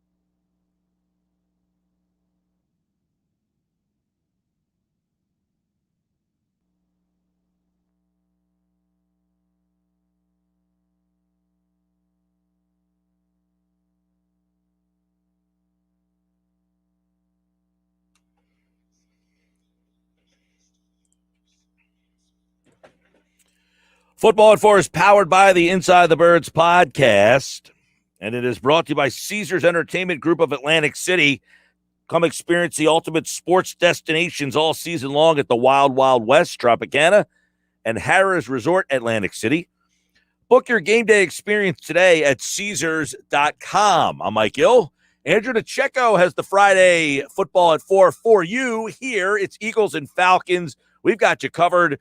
Who's in and who's out? Well, we know, according to Nick Sirianni anyway, that Brandon Brooks will play. Rodney McLeod, Landon Dickerson, they are both going to miss the game. So we'll start there, Andrew. As we know, Brandon Brooks was kind of a surprise on the injury report earlier this week, but I guess it is a breath of fresh air to see that he will play for the first time since week 17 of the 2019 season. And having Brandon Brooks and Lane Johnson and that starting offensive line together for this game, it really adds a dynamic that they missed essentially all of last season. Very much so. That's a great addition. He's a great addition to the offensive line, obviously. One of the best right guards in the league when healthy, of course. And I think that he was being held out as more of a precautionary measure, which is what it was sort of reported as. And it really came to fruition when you see that he's going to be suiting up this week. So what a welcome addition to the offensive line for the Eagles. And Jalen Hurts has to be happy he's going to have one of the best right guards in football protecting him. Yeah, overall, though, this offensive line was a mess last year. I mean, they had a couple of interesting pieces, individual players who you might be excited about if they're the only guy. Like if Nate Herbig has to play right guard and he's playing with the rest of the starters, that's fine. But if you need to have Nate Herbig, Jack Driscoll, Sue Opeta all at the same time, that's where your problems come in. So as an offense, how does that change Nick Sirianni's ability to call plays because the offensive line is healthy, as opposed to what Doug Peterson had to go through last year? Well, you're really able to open up the full playbook and get creative and really pull out all the stops, so to speak, and dive deep into everything that you sort of drawn up throughout the summer. When you have a number of backups in there, obviously it's going to be a very limited variety of plays you can really run because the quarterback is going to be sort of under siege, for lack of a better term, for much of the afternoon, and it's not really ideal. It's not really ideal situation or circumstances to really, unravel your full gamut of plays. So I think that it's going to make a big difference, and I think you're going to see a high octane offense and very innovative offense with a healthy and strong veteran laden offensive line. All right, Andrew, let's look at a couple of the matchups that we want to see and get some breakdowns from you, which is one, how are they going to use number one pick Devonta Smith? I would imagine last year's first-round pick, A.J. Tyrell, and this year's number one pick for Philadelphia, Devonta Smith. We might get a chance to see those two guys go mano-a-mano in Smith's first NFL game. How do you like that matchup? Yeah, I think that's really what you're going to see. And Devonta Smith is the team's de facto number one receiver. Came into this summer as the most powerful route runner and just a very refined skill set. He's so far advanced from any other receiver on the roster, even Greg Ward in many areas. So he's someone that I think is going to step up, take those reins as the top receiver. He should see A.J. Tyrell in coverage. A.J. Tyrell has a season under his belt, of course. You know, he's very high pedigree, he's a former first-round pick. You like his length. He's he's a savvy player. I think that Devonta Smith is going to be able to get open on, due to his precise route running. And, I think that's going to be one of the matchups to watch. I do think that he's going to be involved early in this game plan, early in the game, short to intermediate routes. And I think that could ultimately set up a bigger play as the game sort of goes on. Yeah, everybody very anticipatory towards what Devonta Smith might bring to the table. We didn't get to see a lot of them in the preseason, so this will really be his coming out party. Also, everybody wants to know, how do you see Ertz and Goddard? How do those two guys snap counts, splits, who gets more targets? Is it more about that or just how they utilize those two guys? They're going to see more 12 personnel, one of those guys. Give us the breakdown on the Ertz-Goddard dynamic. Yeah, I've been asked a lot about that this week. I think early on, at least for the first 2-3 games, while your receiving core is so inexperienced and you're sort of easing them into the NFL, at least in the terms of Quez Watkins and Devonta Smith and Jalen Reagor to some extent, I think you're going to see a lot of the 12 personnel. And why not when you have, two top 10, potential top 10 tight ends on your roster that both present different type of matchups and stresses levels on defenses. I think when you look at Dallas Goedert, he's a more explosive player. He's going to have opportunity to really get vertical and test the secondary, which have a pair of slow-footed safeties that don't have any remarkable athleticism. I think there's going to be an opportunity there for some big play potential. And you have Zach Ertz, who's going to work over the middle of the field, very technically savvy route runner, knows how to get open, has a great feel for that, has good chemistry with every quarterback that he's played with. He's going to provide a security blanket there. And I think he's going to be another red zone weapon and on Sunday, much like Dallas Goedert will. So you have to really like what both players represent, as far as just a diverse skill set to the offense. And you're going to see that, a number of receivers rotate in and out. And but I think you're going to see a sort of a heavier 12 personnel usage, at least in the early goings. Yeah, and I guess on that, to kind of further it, Andrew, is how is the matchup for the tight ends this week with the linebackers of the Falcons? Is this a spot where Jalen Hurts, because look, safety first, right? You can go to the safety valve, the old faithful guys, Goddard and Ertz. Is this a week where those guys should be available? I think so, Mike. They have a couple of linebackers who are rangy and good coverage acumen, and Deion Jones and Foyesade Olokun, who I really like. He led the team with 117 tackles and was third on the team with actually 9 quarterback hits last season. But I think that there's going to be an opportunity to even get beyond those guys and really take advantage of those safeties and Eric Harris and Deron Harmon, who really don't offer much in terms of explosiveness or range. So there's going to be an opportunity there for both players to sort of shake free and really, take advantage of a really questionable and vulnerable back end for the Atlanta Falcons. Right, Andrew DeCecco, Football at 4 here on the Sports Bash. The Eagles and the Falcons. You can hear it this weekend on 97.3 ESPN. I'm interested to see how Watkins and Rieger also get involved in the offense as well. But obviously, Smith and those tight ends are going to be a big factor. And then let's go to the running game. Miles Sanders, Kenneth Gainwell, Boston Scott. How do they factor into this one? Because we had Baldy on Wednesday, Andrew, and he said he thought the Eagles should steamroll the Falcons based on he likes their offensive line matchup that much against this Falcons offensive front. So does Nick Sirianni lean on his run game in this one? I think that would be the smart move, especially there's going to be a lot of season opening jitters. He's a rookie head coach, and you have Jalen Hurts, who's making his first start as the unquestioned starter for this football team. There's going to be a lot of adrenaline and a lot of just, nerves. And that's not always a bad thing, but I think to settle everyone in, you want to lean on the running game. You have a diverse stable of running backs to really utilize at your disposal. Miles Sanders is obviously going to get the primary, he's going to be the primary ball carrier and see the lion's share of the carries. Then you're also going to see some Boston Scott and some Kenneth Gainwell mixed in there from as far as change up running backs are concerned, and get them involved in the receiving game. Then I also do have a sneaky suspicion that Jordan Howard is probably going to get the Saturday elevation from the practice squad to provide that between the tackles bruiser and grind out that tough yardage and potential goal line situation. So they have a really just, a diverse group of running backs that I think that they're all going to be involved in some form or fashion, but it all starts with Miles Sanders. I do agree with Baldy, there is going to be a big opportunity here to take advantage of a defensive line that outside of Grady Jarrett, there's not a lot of there's not a lot of players on that line that are going to be very disruptive on the other side of the line of scrimmage. They have Tyler Davidson, who's a veteran player, only has a half sack to his name. He was with the Saints for a while, and now he's here with the Atlanta Falcons. Never really put his stamp on that position. Then there's Jonathan Bullard, who signed a 1-year contract in April. More of a journeyman. The Falcons are his 4th team. He only has 3.5 career sacks. Not an overly big guy. I think that if you get a body on him on the interior, such as Brandon Brooks, and get some of those interior players, Jason Kelsey's on those guys, I think they're really going to be sort of kept at bay, and I think they're going to kind of open running lanes for Miles Sanders and his cohorts. Andrew, the impact of McLeod being out, I mean, I guess the anticipation that he wouldn't be ready, but what's that mean now for the defense, especially at that spot?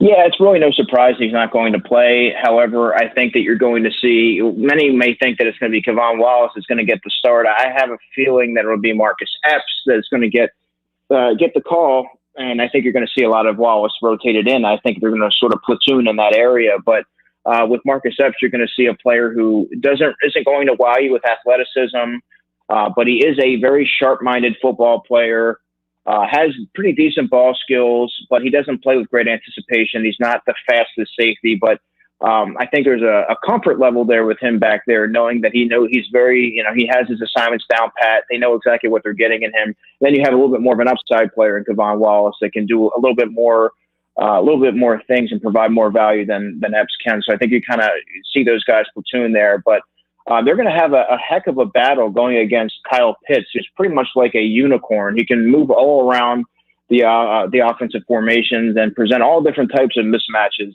So I don't know that the Eagles have a defensive player equipped to slow Kyle Pitts. I also don't know that many teams do, but he's going to be the X factor on Sunday, in my opinion.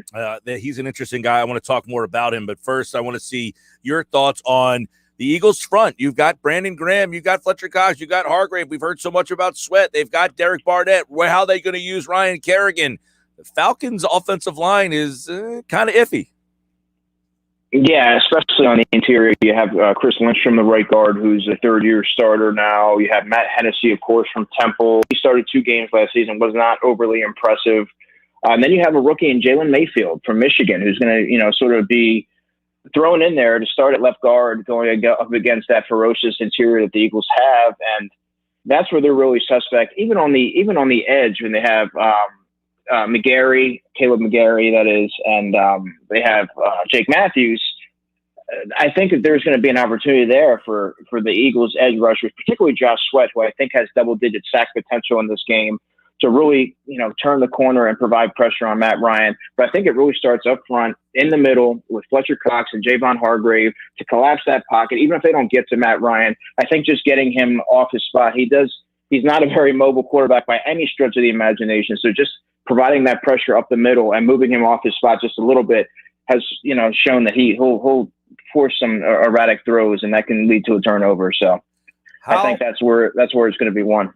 Andrew, how do you see Jonathan Gannon utilizing his secondary against Calvin Ridley? I mean, we'll bring up Pitts because that's a whole nother avenue, but Ridley's their number one. Does Slay move around with them? Do they change sides of the field? How do you see the secondary against Ridley? There's no one else in the Eagles secondary that can stay with Calvin Ridley, plain and simple. This is what you brought Darius Slay here for these exact moments. And I think you're going to see him, Ridley's going to draw Slay in coverage for pretty much all of the afternoon. And this is where you want to see what Darius Slay can do. Obviously, he fulfilled his role as the team's top corner last season, but there were also some challenges that he had against guys like DK Metcalf and some of the bigger-bodied receivers and more prominent receivers in the league. So you really want to see him rise to the occasion. I think he's going to run into some issues with Calvin Ridley, who may not be a burner. He's not a burner by any stretch, but he is a very prolific route runner. I think he's really going to make his money on these short to intermediate routes and then set something up for down the field and take advantage of Slay's aggressiveness. So I think that's something to watch there. But to answer your question, I do think that Slay's going to really shoulder that assignment on Sunday. Okay, and then Pitts, you brought him up, unicorn. Who defends him? I mean, you go with Wilson. The Singletons, that's not his strong suit. McLeod's not here. Maddox, I mean, do you use a corner? How do you anticipate them throwing looks at Kyle Pitts? Well, he's just such a mismatch, Mike, that I don't even know. I mean, even Eric Wilson or Anthony Harris would be the 2 players that I think would get that assignment. I don't know that there's a corner here that you want. I mean, you don't want to take Darius Slay off of Calvin Ridley because I don't know that you want Steven Nelson isolated on the receiver that just amassed 143 targets last season. And he's going to take probably 170 targets this year without Julio Jones there. So they're going to keep peppering him with targets. I don't know that you want Steven Nelson out there on an island guarding Calvin Ridley. So I think it's going to be Anthony Harris if I had to guess right now. But again, Kyle Pitts is just such an explosive player, such a rare player that you can move him all around formations, that he has the catch radius, the speed, the contested catch ability, the red zone upside. I think that they're going to find a way to get him involved early. I don't know how elaborate the Falcons are going to be in utilizing him in the number of ways that we've seen him used at Florida this early in the season. But I mean, if they don't stop him, it's going to get, if they don't find a way to slow him, I should say, it could get interesting. All right, couple X factors from Andrew DeCecco. Give me a couple of guys in this game that you will have a closer eye on who could be the difference in a win or a loss. Well, Quez Watkins is the training camp standout, and I think that he could see anywhere from 25 to 30 snaps if I were guessing. You have to factor in the two tight end sets. I think it's going to limit his snap count a little bit, but if they can find a way to isolate him on Fabian Moreau, the corner opposite AJ Tyrell, who's not very instinctive, doesn't play with much anticipation, and he's not a very technically savvy player. He's been known to sort of get beat by downfield with some of these explosive, dynamic players, and I think if they can get Quez Watkins isolated on him, you could see a deep shot or two this week. So that's something that I would watch for.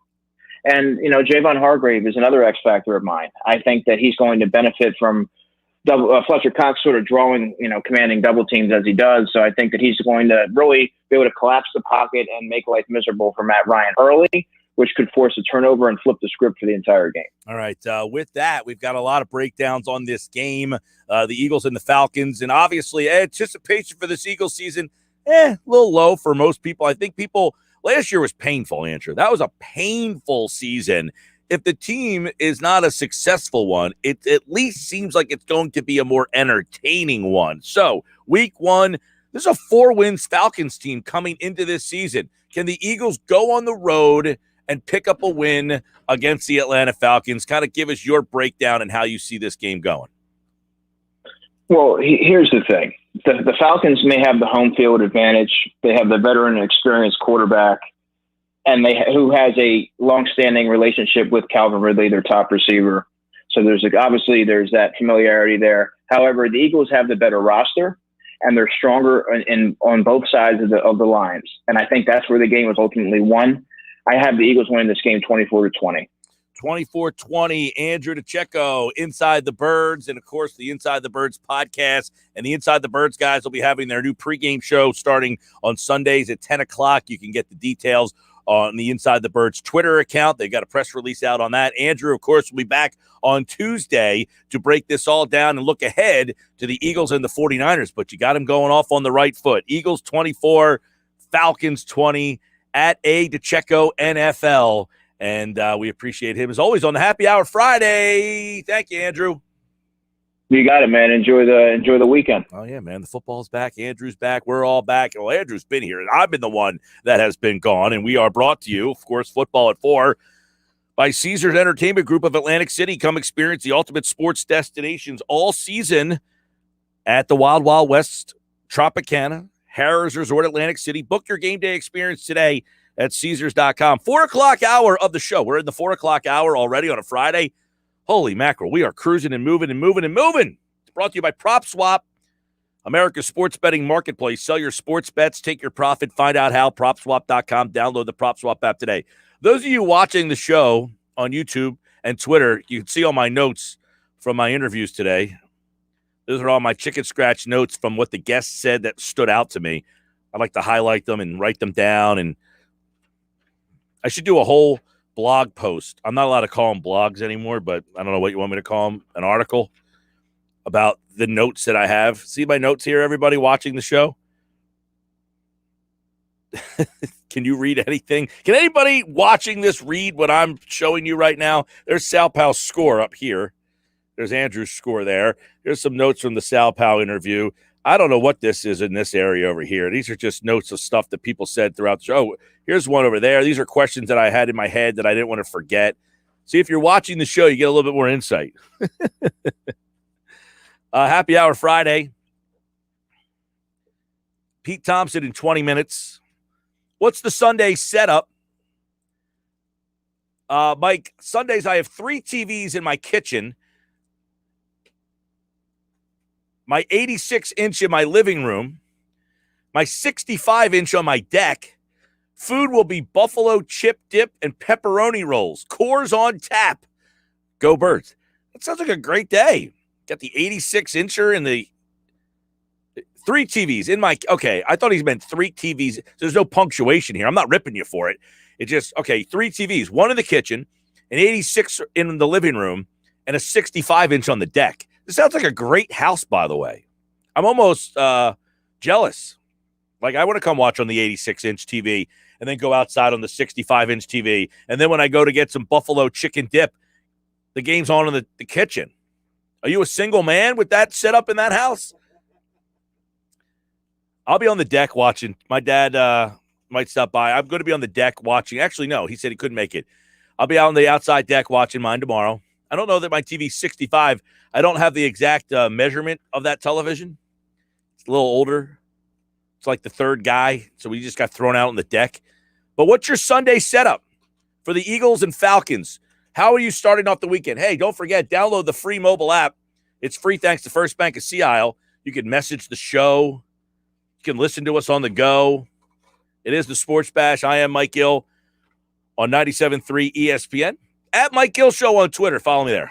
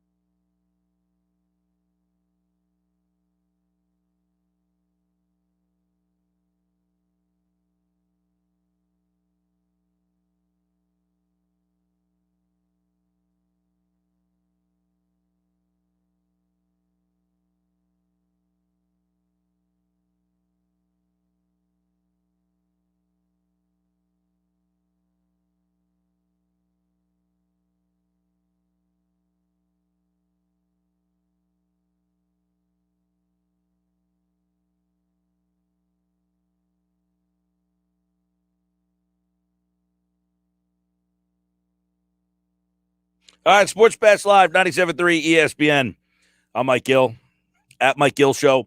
Download the free mobile app. It's free in the Apple Store, Google Play.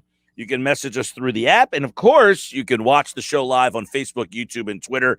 I'm going to go through a lot of the Facebook, YouTube, and Twitter messages that are coming in for the people who have been watching the show today. Jeff wants to know if I'm a lefty. No, I am not lefty. I know my handwriting looks like I could be a lefty. I have a left-handed slant to my right-handed writing, if that makes sense. Does that make any sense? My right-handed slant, my right-handed writing looks left-handed, but I'm actually right-handed, and that's a good observation by you, Jeff. Are you a lefty? No, I am not a lefty. I wish I was lefty. If I was lefty at some point, I probably wouldn't be here, though, and I would rather be here. How about that? Sal wants to know, why are so many doubting Hurts? Just wait and see. He's about to surprise everybody. You know what's funny? I feel like people are kind of, maybe in the fantasy football world, think that Hurts is going to have a big year. I saw these numbers about Hurts, okay? Because he's a dual threat.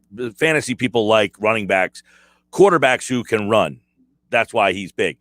But at Jalen Hurts was 1-3 as the starting quarterback last year. The Eagles averaged 382 yards of gain of all 382 yards per game of offense in the games that Hurts played.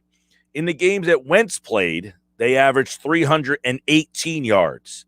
That's pretty significant. 382 Hurts, 318 Wentz. So Hurts is putting up almost 400 yards of offense with a lousy offensive line. How much offense can he put up behind this offensive line? This offensive line is really the big look.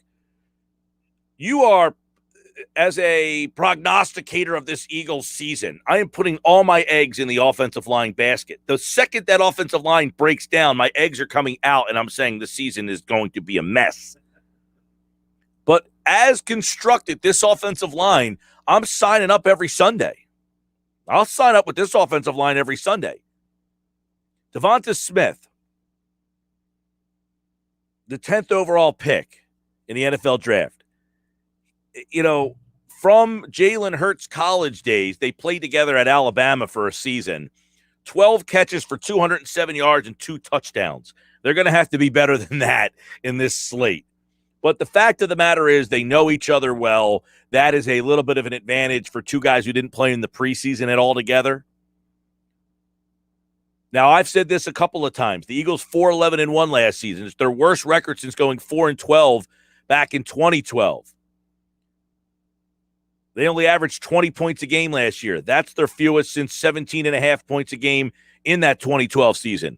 I've talked about the parallels between that season and this season. What happened? Injuries to the offensive line. What happened the next year in 2013? The Eagles won 10 games. What else has not happened to the Eagles very often? They don't typically have back-to-back losing seasons. Why may they not have a back-to-back losing season? Well, they have the easiest strength of schedule based on an opponent's 2020 record in all of football. Their opponent's records last year, they won just 43% of their games. It's the easiest strength of schedule based on opponent's record. So if you're saying, well, the Eagles they don't have a losing record back-to-back years, but I don't feel very confident. Well, they have the easiest schedule in football. They're going to face Matt Ryan, who's in his 14th year. Only Tom Brady and Ben Roethlisberger have more starts among active quarterbacks. He has now become that guy. He is now the old guy in the room, Matt Ryan, 36 years old. And when it comes to Matt Ryan, 7 career 300-yard passing games in season openers. So he gets off the hot starts a lot. Calvin Ridley's his guy. 7 games with Julio Jones last year was not active. So Ridley had 7 catches, 109 yards receiving in those games. In the 8 games that they were together, those numbers dropped down to 76 yards a game. So he's all by himself this year. but he was actually better without Jones last year than he was with Jones. Now, you would say, well, of course, Jones wasn't there, but that means all the attention went to Ridley, and he was able to handle it. So Ridley's pretty good. 8 games with 100 yards receiving last season. It's the most in the NFL. So Ridley, the Eagles have their hands full with Ridley. Joey D's watching the show on, it looks like, what's that, Periscope? Yeah. I thought Periscope was gone. So Twitter is the avenue, but Periscope is the symbol, right? So you're watching on Twitter, Joey D. Do you think Zach Ertz will have a major role? Also, bold prediction, Alex Singleton Pro Bowl. All right, I'll talk about the first one. Zach Ertz. Do I think he'll have a major role? I do. I think Ertz will have a major role. What's that? Red zone. I think Ertz is your red zone target. I think Goddard is your 20-20 guy. So Goddard will get more snaps because he'll be the guy that gets the snaps between the 20s. He'll move you up the field. And then when they need old reliable, he goes in the red zone. I think that's the way they're going to work it. I think Goddard will get 70% of the snaps, and Ertz will get 30% of the snaps. Goddard's snaps will come in the middle of the field. Ertz's snaps will come in the red zone. That's how I think they are. I think that's how they'll break it down. I could be wrong. No one's told me that. I don't know. Bruce is checking in. What's up, Bruce? He says, and the Alex Singleton thing, is he going to make the Pro Bowl? I wouldn't be shocked. I mean, making the Pro Bowl doesn't mean you're a Pro Bowler. It just means like you played a lot and made a lot of, the stats. You piled up numbers. Singleton's going to be on the field a lot. Bruce says their defensive line's going to feast on Matt Ryan. I would predict, how about over under 4 sacks? Derek is watching the show. I'm from Philly and I live in Atlanta. I guess you're watching the show in Atlanta, Derek, on YouTube down there. Says, I will say the radio hosts in Atlanta are saying Atlanta will exploit the second and third defensive line. The Eagles' second and third defensive line? I don't know what that even means. I don't think you're going to see a whole heck of a lot of that. I think you're going to get Ryan Kerrigan on like 15 to 20 snaps. I think you'll see Brandon Graham. I think you'll see Sweat and Barnett kind of split. So if that's what the Radiohead guys down there are saying, I think that they are not doing their homework. Derek says they are not going to run the ball into our strength, the first line. They will use Pitts a lot. Are you a Falcons fan or an Eagles fan? I'm confused here a little bit. I think Pitts is a very big weapon. Right? I think Pitts is a big weapon in this game, and we don't really know how to quantify what he brings to the table. But he's a guy that I would have liked the Eagles to get. By the way, some breaking news in the NFL. Cowboys with a huge blow. Offensive tackle La'el Collins has been suspended 5 games for violation of the substance abuse program. So the Cowboys will not have Collins for the next couple of weeks. In fact, the next 5 weeks, he will be out, which means when the Eagles play the Cowboys in 2 weeks, I think it's 2 weeks. Am I right about that? Yes, 2 weeks. They play San Francisco, then they're playing Dallas on Monday night.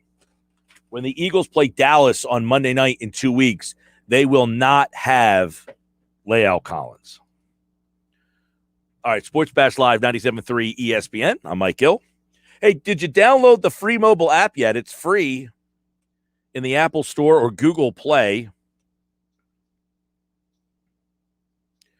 My friend texts me, says, if you were left-handed, then your right elbow would be hurting these days. LOL. That's funny.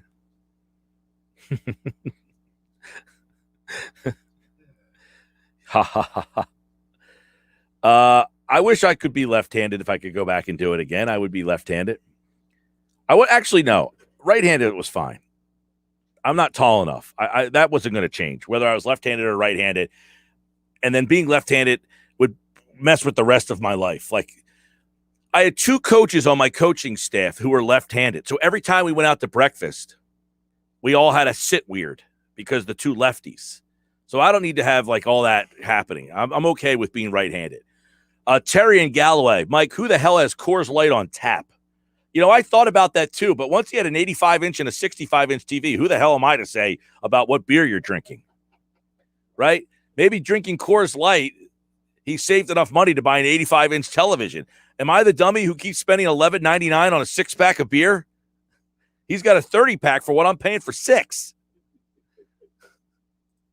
Thanks, Terry. Oh, man. It's Happy Hour Friday. Okay, this is what I want you guys to do. If you're listening to the show, if you're watching the show, wherever you are, what is your Sunday setup? 609-403-0973, because Pete Thompson's going to join us. We'll get his Sunday setup. Happy Hour Friday with the PT. 609-403-0973. 609-403-0973. That's the text board. Tell me where you're watching the game, what the food is, what the TV setup is. You can download the free mobile app and message me through the app as well. And if you're watching the show live, tell me what your Sunday setup is on the video stream. I'm Mike Hill. This is the Sports Bash.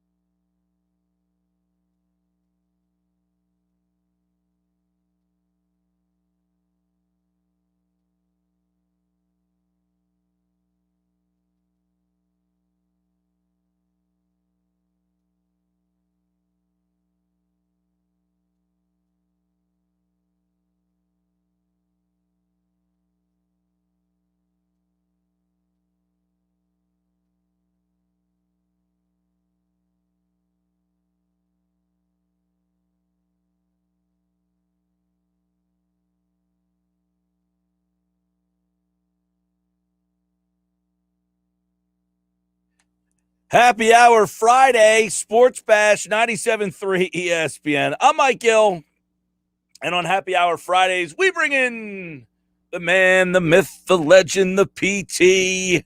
Pete Thompson is here for Happy Hour Friday. He'll be here every Friday for Happy Hour Friday. And, of course, this hour of the show is brought to you by PropSwap, America's sports betting marketplace. Sell your sports bets and take your profit. Find out how at PropSwap.com. Download the PropSwap app today. There he is, the PT. Hi, Peter. Hello, Michael. Happy Friday to you. By the way, you were giving me grief the other day. Did you get my text message that we might be in the works for a little sponsor for the PT on Fridays? I did, and you said you handed it over to the sponsor guru, so we'll see if the guru gets it done. Right, if they can make a love connection, make it work, right? Yeah, Get the I would ball, love to see a sponsor line.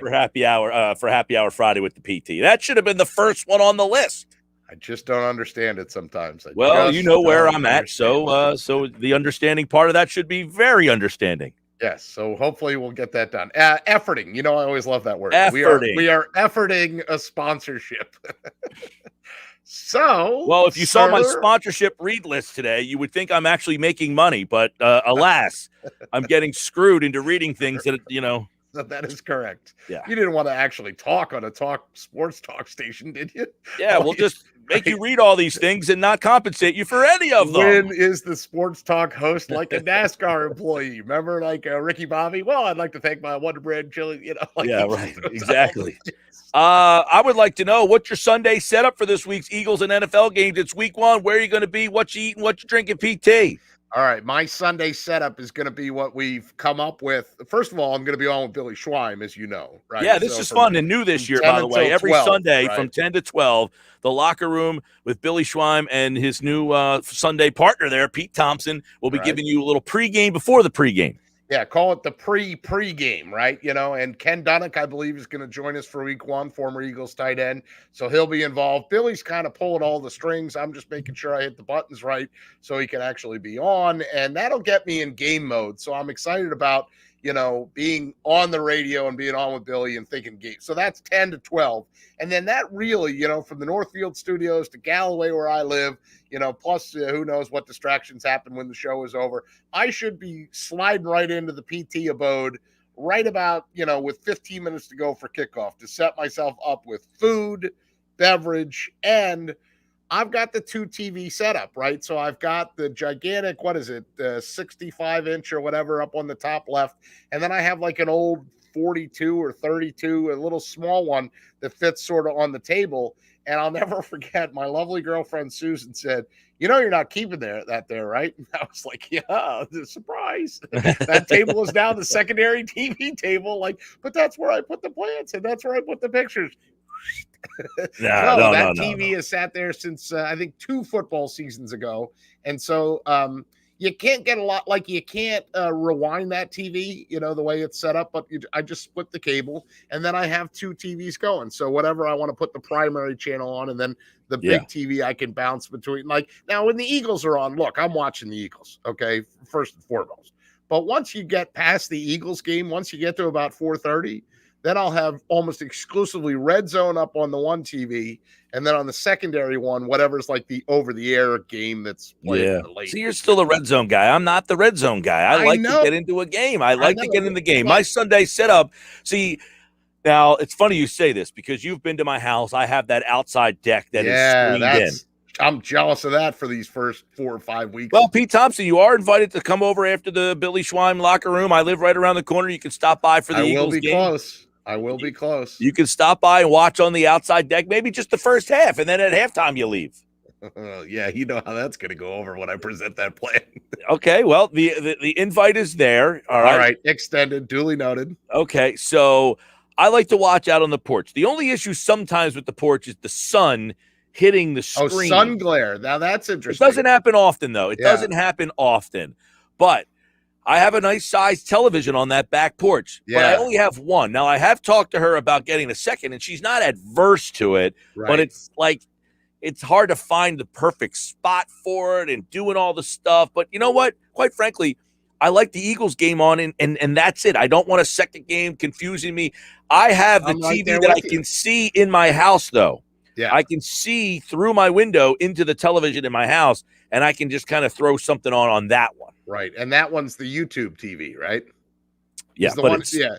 Is the outside one cable and the inside one's YouTube, or is it the other way around? The outside one is YouTube. The inside one is YouTube.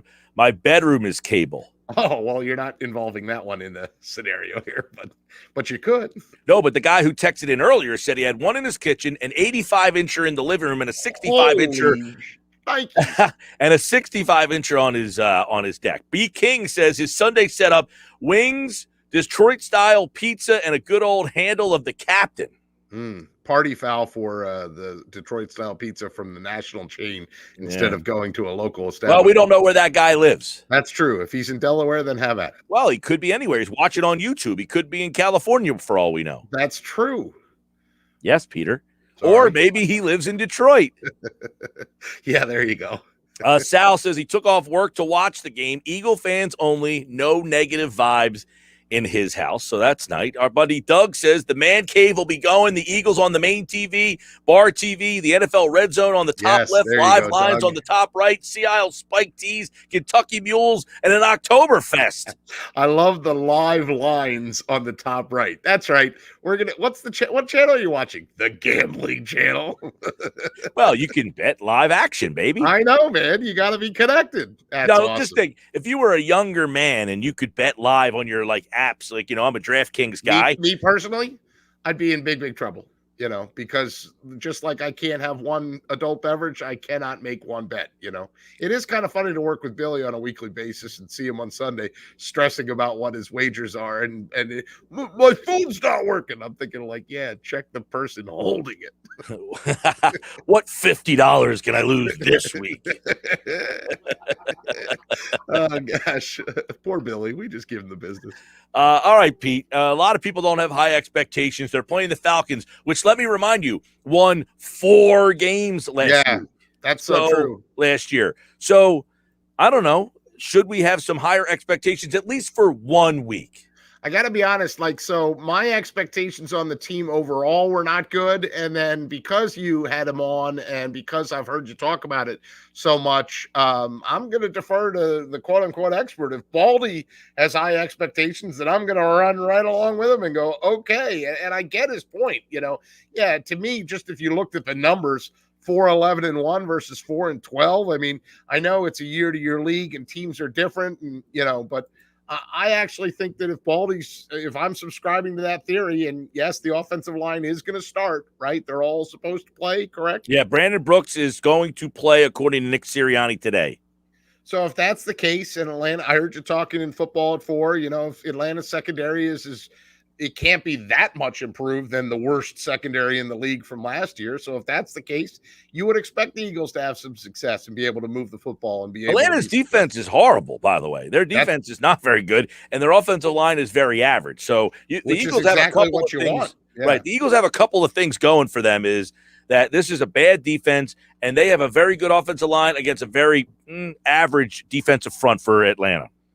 So, and that's the thing. I mean, that's exactly like the dream scenario. If you are Nick Sirianni or if you are these new coaching staff, you want one of those. You don't really want to come out and start with Tampa like Dallas had to last night. And by the way, don't these people understand that I'm teaching now and I got to get up at 5 a.m? How could I turn that game off last night? It did. I'm Can not I confess? Yeah. Can I confess something here? You turned it off? No, I didn't turn it off. It was on. I saw Dallas kick the field goal to make it 29-28. And you said that's it. Yeah. No. I didn't say that's it. When I woke up, Tampa Bay had won the game. Oh, this is great. I didn't wake up in the morning. You pulled a PT. You fell asleep in your chair. I didn't wake up. I was in my bed, actually. I didn't wake up the next morning. I woke up and it was like the news was on. And I was like, wait, what? What the hell happened? So then I flipped over to Sports Center and saw that, they were talking. So I must have missed like the last 10 minutes of what happened. Enough for them to do the play, interview whoever they had on. Yep. And then go to the late local news. And I was like, I woke up, I said, who won the game? Who won? I gotta be honest. Heidi's sitting there. You missed all the action. Yeah, well, but if you fall asleep, you fall asleep. You and I are both, we got our machines, and when you get tired, you get tired, and that's that. I actually watched it But then, like, and I can't believe I'm saying this. I thought Tom Brady was humble last night. I thought he was actually humble and polite and not a jerk. So I'm not saying I'm a fan, but he is the greatest of all time. I mean, come on now. If there's anybody out there that doesn't think Tom Brady's the greatest quarterback of all time, you gotta reevaluate. By the way, I know you like this stuff, PT. Yes. NBC's coverage last night had a 5-year high. It's almost a 16 overnight number. Now, I was told people weren't watching the NFL anymore. Apparently, those people were not informed very well because it has been a record high of people who watched that game last night. Now, the interesting part about it is the top 10 markets, not one included Philadelphia. So the Philadelphia market did not care so much about Tampa Bay and Dallas last night. Dallas was the number one overall market, 29. San Antonio was next. Tampa had a 24. A place like Norfolk was a 19. Virginia? It doesn't say. It just says North. Yeah, I guess it's got to be Virginia. Yeah. There's no TV market in Connecticut. Norfolk, Nebraska. Al Michaels and Chris Collinsworth. There was a lot of that on social media. I don't pay attention to that stuff. Yeah, like but there was a lot of people just hate, like, oh, Al Michaels has lost it. He's getting old. Isn't this his last year anyway? Aren't they grooming? Well, not because he wants it to be his last year. Right. But apparently, there's a lot of talk that he might take over the Amazon game next year. I heard that. Yeah, it probably costs them a lot of money too, right? I mean, if they think they can do it cheaper, then they'll try to slide somebody else in that can do it cheaper. All right, PT's pick for the Eagles and the Falcons. Let's get you on the record. We have Sal Powell and Andrew DeCecco. All right, don't tell me what they were. Just, nope. Okay, my pick is, and let's see, Falcons are what, 3.5, 3.5, something like that? Yep. I'm going to go a little more than that. I actually think the Eagles are going to win 27-13. I'm going to say 27-13. So you're going with Baldy, a little steamroll. Yeah, I'm going with a little steamroll action. He talked me into it. I wouldn't have gone that high earlier in the week. I probably would have made it like 4 or 5 points, 6 points, something like that. But I'm going a little higher now. All right. Pete Thompson will be back with the Locker Room Sunday, so you'll hear more Eagles takes from him. And if I had a sponsor, I'd read it now. But Pete Thompson is not good enough. That's where the sponsor would go. Hey, by the way, I just want to say that, there's a lot of high school football tonight, and this is that perfect time of the year. I am going to go check out the Battle of Greater Egg there. It's Egg Harbor Township at Oakcrest, and it's both quarterbacks are Bullock. So there's Bullock brothers on each side. The quarterback for Oakcrest is Bullock, Aaron Bullock, I believe, and then the safety or somebody on the other side. So I'm going to check that out. Okay, good stuff. Yeah, we had McGarry on earlier. He told us about all the big matchups. You should have listened. All right, man. I was teaching. Talk to you soon. Pete Thompson. This hour of the show is brought to you by PropSwap, America's sports betting marketplace. Sell your sports bets and take your profit. Find out how at PropSwap.com. When we come back, one thought every game. Casey Joyner.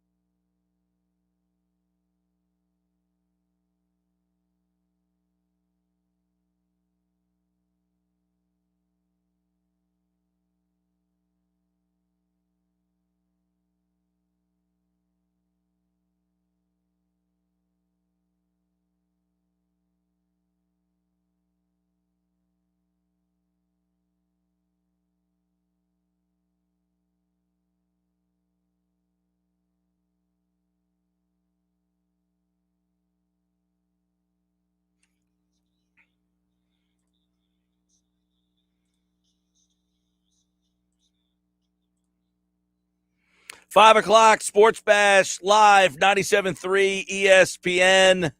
I'm Mike Gill. What's up, everybody? Coming up, we got one thought on every NFL game. Casey Joyner is back. It's Happy Hour Friday. The football season is back, and Casey's going to give us one thought on every game, plus the matchups to watch in the Eagles and Falcons. You can catch Casey Joyner's work now in The Athletic and at the Philadelphia Inquirer, where he's got a couple of articles this week on this Eagles and Falcons game, which we are going to dive into right now here on the Sports Bash Live on 97.3 ESPN. My guy Casey Joyner is back for another season of One Thought on every game. Casey Joyner, what's going on, my friend? How you been? Doing fantastic. Been looking forward to this all week. Yes, we're all looking forward to football being back. And, of course, everybody's looking at One Thought every game from you to hear something on every single game and how to kind of take a look at it. But we got to start with, of course, what's going on here locally, as we like to try to do. Over in the Philadelphia Inquirer, you wrote one of your stories this week about the Eagles' rushing attack. And I've been waiting to talk about this because all offseason long, the theme has kind of been, look, this Eagles offensive line, it's pretty good if they can stay healthy. They are healthy. They've got to the week one. Brandon Brooks is going to play. Lane Johnson, Brandon Brooks, Jason Kelsey, Isaac Seumalo, and Jordan Mailata. What does that mean for them against the Atlanta Falcons? I'll tell you what it does. What it means is the Eagles last year. I have a metric called good blocking rate. We talked about it many times over the years. And good blocking rate measures how often you as an offense, give your ball carriers quality run blocking. The Eagles led the league in this category last year.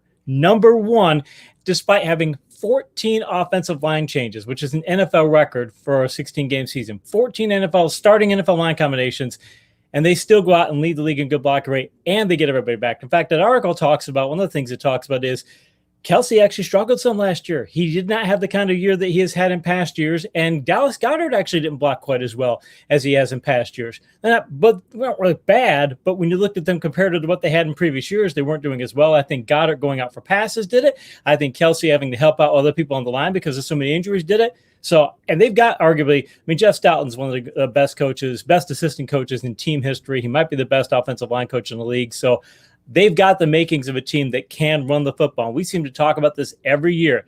The Eagles have the makings of a good running attack. They've got the backs. They've got the line. Will they do it? Everything that they have personnel-wise says that they should, not only with the quarterback that they have, but the wide receivers that they have. I mean, everything points towards their being able to do that. Little concerned whether or not they can take care of that against Atlanta, though. Right. Now, you wrote about it at the Inquirer, why the Eagles' rushing attack has the potentials to dominate. Should we expect more? I don't know what to expect from Nick Sirianni, but do we have any clues about how he might use Miles Sanders, Boston Scott, Kenny Gainwell? The thing is going into the year, we thought, okay, well, Ertz is done. He's not coming back. So, all right, well, now we're going to have Goddard be the tight end. Well, Ertz and Goddard are both back, which makes me think they saw Goddard wasn't blocking as well last year as he had in past years, and he'd been a centerpiece of that blocking attack in past years. So I think what they may do, fantasy managers are going to tear their hair out if they pick Goddard at the first down, or they pick Goddard as their tight end one, and this happens, but Goddard may end up blocking more this year, and Ertz may end up receiving more. If they do that sort of thing, and they've got, that's going to be something that's going to be a good sign for it that they're going to run the football if they go two tight end sets. What Sirianni says that he's more apt to do. It looked like for a while he was going to go three wide receiver sets, and you keep looking at the personnel going, why would you go three wide receiver sets with these guys? Why aren't you going two tight end sets? Sounds like he's going to go more two tight end sets. If he does, Miles Sanders was a top 10 back in the league last year in good blocking yards per attempt, which is how productive you are when you get good blocking. Really important because good blocking plays are 4 to 5 times more productive than bad blocking plays. So I think they've got the capacity to lean on him as a breakaway back. And Boston Scott, by the way, is one of the best change-up pace backs in the league as well. Casey Joyner is brought to you by DraftKings Sportsbook, Inside Resorts Casino Hotel in Atlantic City. We'll get his betting pick on this Eagles-Falcons matchup a little bit later. He's writing that for the Philadelphia Inquirer. We'll tease you with that for a little bit down the road because the Eagles' wide receiver core, very young, very inexperienced. So how do they match up with a average Atlanta defensive backfield?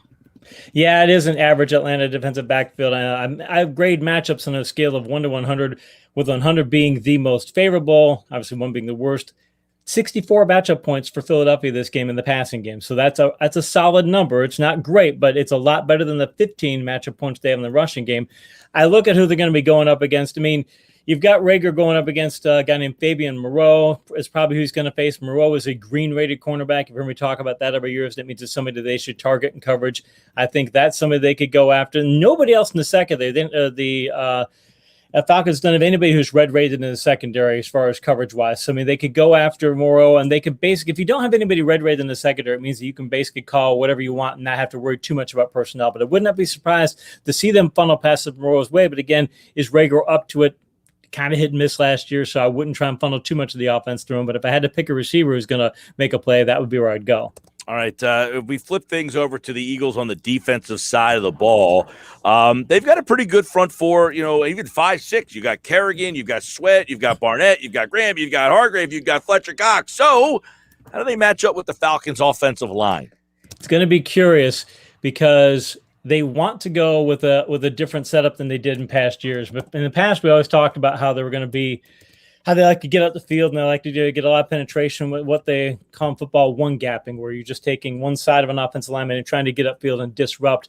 The problem for the Eagles over the years is that, and we've talked about many times on the show, all that one gapping is great when you get to the back. But if you don't get to the back, now everybody's upfield, and now you're having to rely on people coming back from the secondary to come up and make tackles. It's really a boom or bust kind of approach. So the Eagles will always do well in good blocking rate. How many times they actually one point of attack blocks, but they would do terrible in good blocking yards per attempt, meaning if you got them blocked, you were going to get big gains. Sounds like Jonathan Gannon's going to go.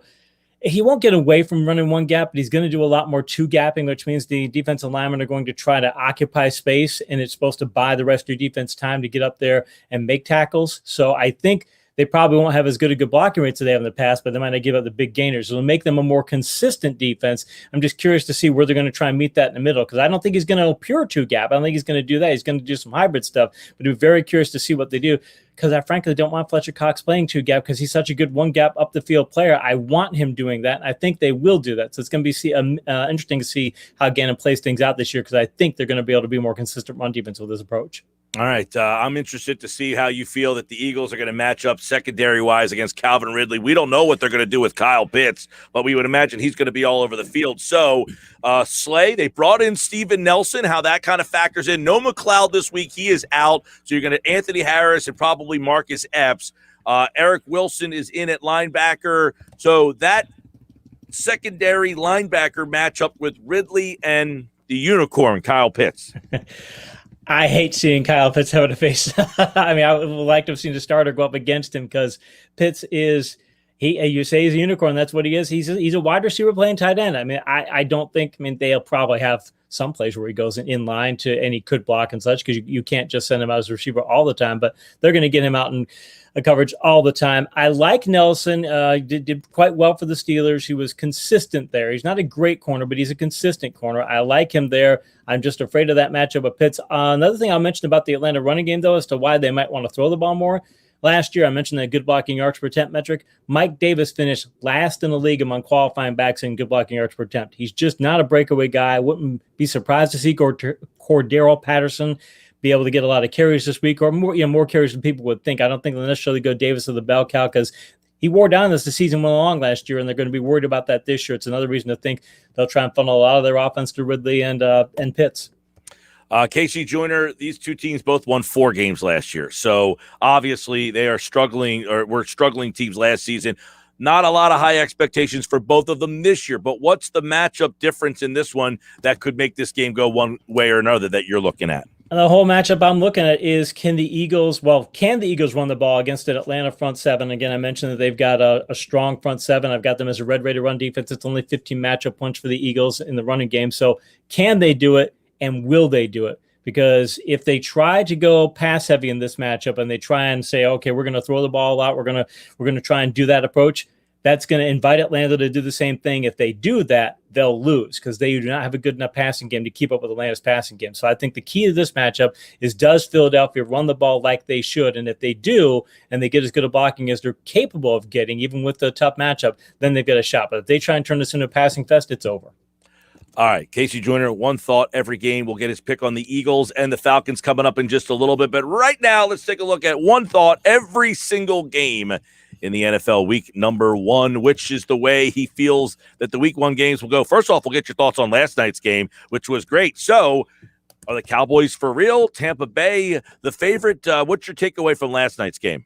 Takeaway from last night's game is it's only the fourth game in NFL history where both teams threw 50 or more times. I don't think that's what either of these teams are going to be as the season progresses. I think it's a week one matchup thing where both teams are saying, hey, we can't play defense that well because we don't practice defense. As they practice defense, it'll be different. But I think that bodes better for the Cowboys because they can't win just throwing the football. They've got to be a Zeke-heavy team. Last night was not what they want to be. It was what Tampa wants to be. Yeah, that obviously a lot of fun last night. That was a good way to kick off the whole season. And, of course, you heard the game right here on 97.3 ESPN. All right, let's get into the week one slate of games. One thought, every game, Pittsburgh's going to Buffalo. Buffalo's a favorite to be a Super Bowl team this year. Pittsburgh's kind of in limbo. Could be the last season for Ben Roethlisberger. I think it will be the last season for Roethlisberger. They realized last year we can't ask a quarterback of his age with a revamped elbow to throw the ball 40 times per game. It came down from the top that they want to run the ball more often, that the owner said we've got to be more of a power running team. We can't be like this.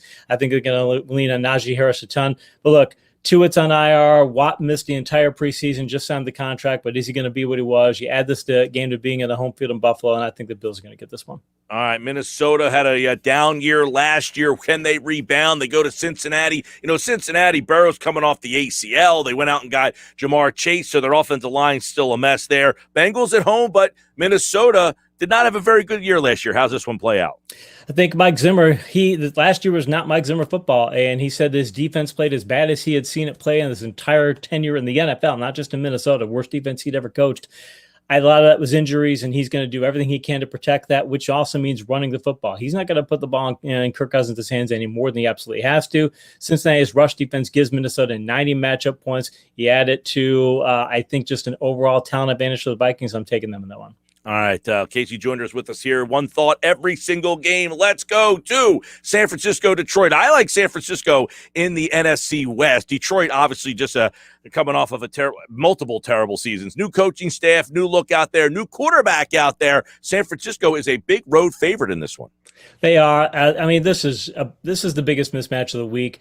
The 49ers have a great pass defense. In fact, Detroit has the toughest passing game matchup on offense. And on defense, they give, I mentioned the matchup points total, they give San Francisco 100 matchup points in passing and rushing. DeAndre Swift's been battling a groin injury. You've got Trey Lance, you've got Kittle healthy, you've got Deebo Samuel healthy, you've got Trey Sermon back there. It just keeps going. San Francisco should win this game handily. Handily, he says. All right, Arizona, Tennessee. This is like an underrated, sneaky good game because it's just not high-profile teams. I love Tennessee this year, although we'll see what their offense looks like without Arthur Smith. Arizona, this could be the final run for Cliff Kingsbury if their offense doesn't get going. So Arizona, Tennessee, in Tennessee this week. How's it go? I think that it's going to be the Kingsbury system where he's going to want to throw the ball a lot versus Tennessee trying to slow it down. A lot of what we're going to probably see in Philly, Atlanta. And mind you, the Cardinals have 80 pass defense matchup points to lean on. Tennessee doesn't have a very good secondary.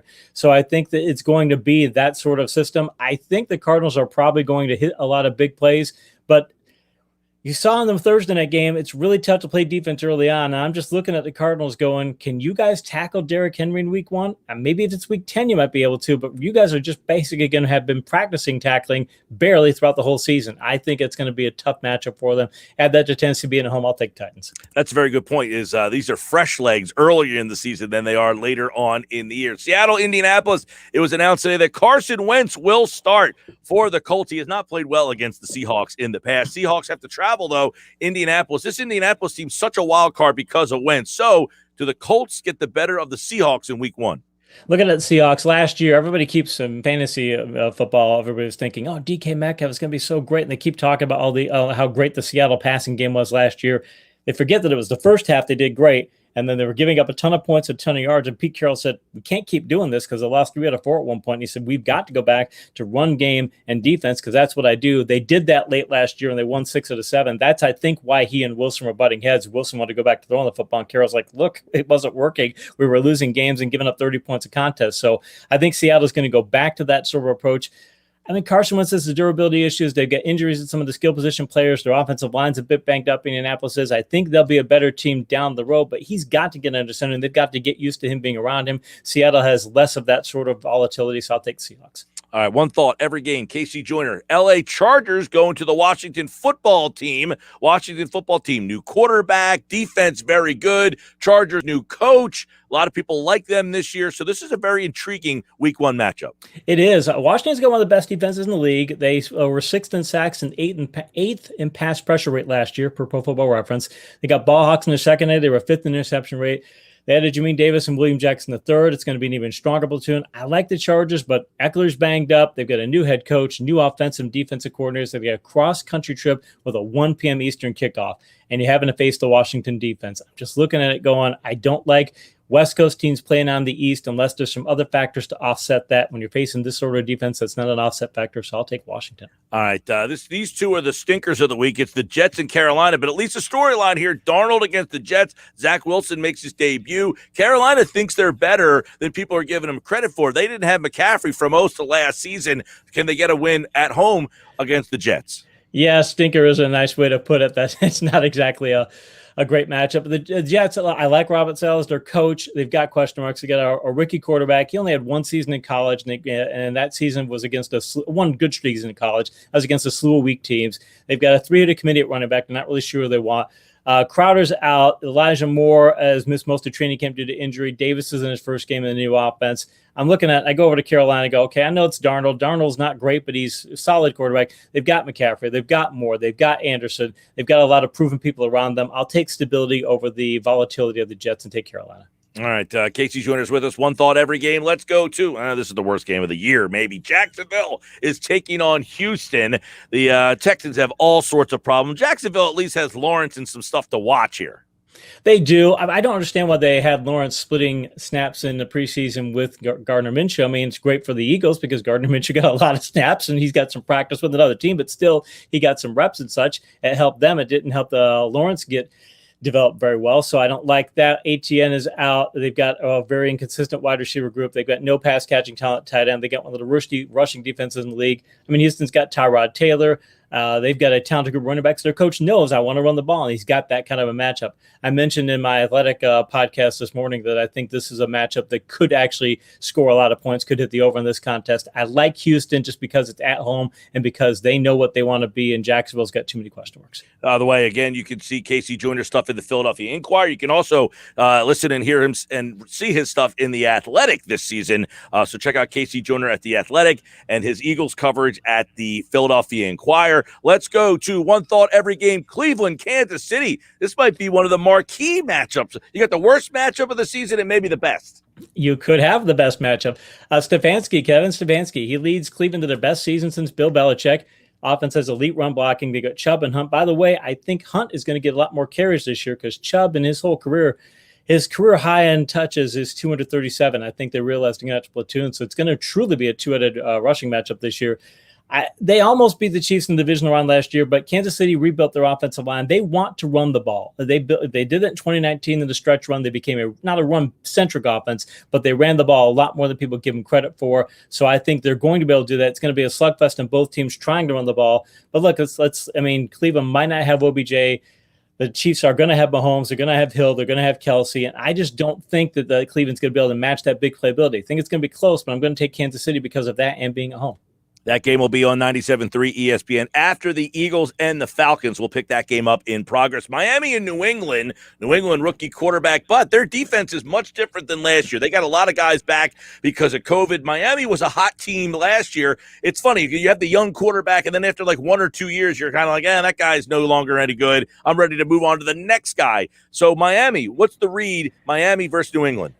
I want to pull the upset in this one. I want to say that Miami can do it. And I think they can because Brian Flores, they won over New England late last year. He put one of the best defensive game plans of the year together against Kansas City in week 14. Made the Patrick Mahomes quite confused during most of that contest. And he's had plenty of time to formulate tactics to confuse Mac Jones in his first start. Having said all this, to a Tagovailoa. It's Tagovailoa. I learned that this offseason. He's still a work in progress. The Dolphins have the worst passing game matchups total in week 1. And also, Miami's only won once in New England since 2009. And Belichick has had just as much time to put together a dominant game plan to offset Flores. So I'm going to take New England to this one by a small amount. All right, this one's pretty good. It changed a little bit this year, but Winston's now a quarterback, not Drew Brees. People seem to be down on the Saints. They're actually a quote-unquote home dog here. The game's being played in Jacksonville, but Green Bay, is this the Aaron Rodgers, I'm going to go out with a bang tour? I'm thinking it probably is. And you look at, Winston's he's got that aggressive approach. I don't think Sean Payton's going to be able to coach him out of interceptions because, frankly, a lot of good coaches have had Jameis Winston, and none of them were able to do it. And as good as Payton is, I think that's just who Jameis Winston is. You accept the interceptions, the big plays. The Saints have Marquez Callaway, so he looks like he's going to be a good receiver, but he's got Jair Alexander in his first matchup, and he's only done it in the preseason, so I'm not really sold on him. If he can't do it, they got Deontay Harris, Traquan Smith, Adam Troutman. You're going to have those guys trying to keep up with Aaron Rodgers, Aaron Jones, Devontae Adams, Robert Tonyan. I just don't see it. If it was in New Orleans, it might be a little bit closer, but I really like Green Bay in this one because I just don't think the Saints are going to be able to keep up with the Green Bay's firepower. Yeah, Green Bay's favored by 4.5 on that one. Home dog here, the New York Giants at home against Denver. A lot of people like Denver's roster. They're not so happy with their quarterback situation. It's Teddy Bridgewater and Daniel Jones. I'll take Bridgewater over Jones, by the way. I would too. And Bridgewater he passed all the Parcells rules coming out of college. We talked about that in past years where that's a really good indicator for being a great quarterback. He's not a great quarterback, but he's a good quarterback, does a lot of things well, and you know what you're going to get out of him, and they weren't sure about what they're going to get out of Drew Lock. But, look at the Giants. Disastrous preseason. Terrible offensive line last year. Might be worse this year. Ingram's out. Barkley, he's probably going to play. In fact, almost certain he'll play, but is he going to play the full game? Does he have any injury? Does he have any injury rust? Galladay is set to play, but again, same thing. He's barely been on the field in training camp. Kadarius Toney's been in awful training camp. Is he going to be able to make an impact? I keep looking at these things, and I look at the Broncos defense. They stockpiled some people on defense. Fangio's got a good defense to lean on, and he's got a percentage offense. So even though it's a cross-country trip for Denver, I'm going to take him. All right, a couple more to go here with Casey Joyner. One thought, every game, including Sunday Night Football right here on 97.3 ESPN. Bears and Rams. Rams, I like a lot. Bears, scratching my head. Yeah, in Chicago, they've got it's a brutally tough run defense matchup for them. They need Montgomery to be their guy, and it's going to be tough for them to do that. Sean McVay's continually talked about how Matthew Stafford can get every receiver eligible, how he talks about him being a peer versus having the teacher-student relationship with Goff. It says that their offense can do a whole lot more. I'm thinking that Stafford could actually lead the league in touchdowns this year if things go well. The Bears' pass defense is nowhere near what it used to be. They've got some injuries back there. I don't see Andy Dalton and that receiving core being able to keep up with that. So I'm taking the Rams pretty handily. Oh, Rams pretty handily on Sunday night. And then Monday night, no more double dipper. It's just one Monday nighter. It's Baltimore and Vegas. And Baltimore had a rough day at the office yesterday. Lost Gus Edwards, Ed Marcus Peters. Vegas is a team that seems to have 9-8, 8-9 written all over it. They do, and it's Vegas. It's at home. They're going to be with their home crowd for the first time at that stadium. It's a beautiful stadium. I went up there last January when they were getting it done. I was in Vegas, and you see it from a distance. It's just this gleaming onyx jewel in the middle of the desert. But Baltimore, look, they lost Dobbins, they lost Hill, they lost Edwards, but they still can run block. And Tyson Williams looked real good in the preseason, and they're arguably the best run blocking team. They didn't lead the league in good blocking rate last year, but there's another metric of a good blocking productivity that they did lead the league. A downhill running like they do, you don't need really smart backs to do it. You need guys just going to go straight up the field. I think they'll have that. Don't know if they'll play Le'Veon Bell or not, but he could get some carries in there too. The Raiders have an awful rush defense too, and I just think that they're not going to be able to stop the Baltimore ground attack, even if Baltimore is playing backup. So I'm still taking Ravens. All right, Casey Joyner from The Athletic here at KC Joyner TFS on Twitter. You can check out all his stuff at The Athletic and the Philadelphia Inquirer, where he's got his Week 1 Eagles-Falcons betting guide. So kind of tell us how to bet this game and what you think it's going to look like on Sunday. Kind of leave some of it for readers of the Inquirer, but in talking about this contest, I'm looking at the spread of the game at the time of this writing was 3.5 points for the Falcons.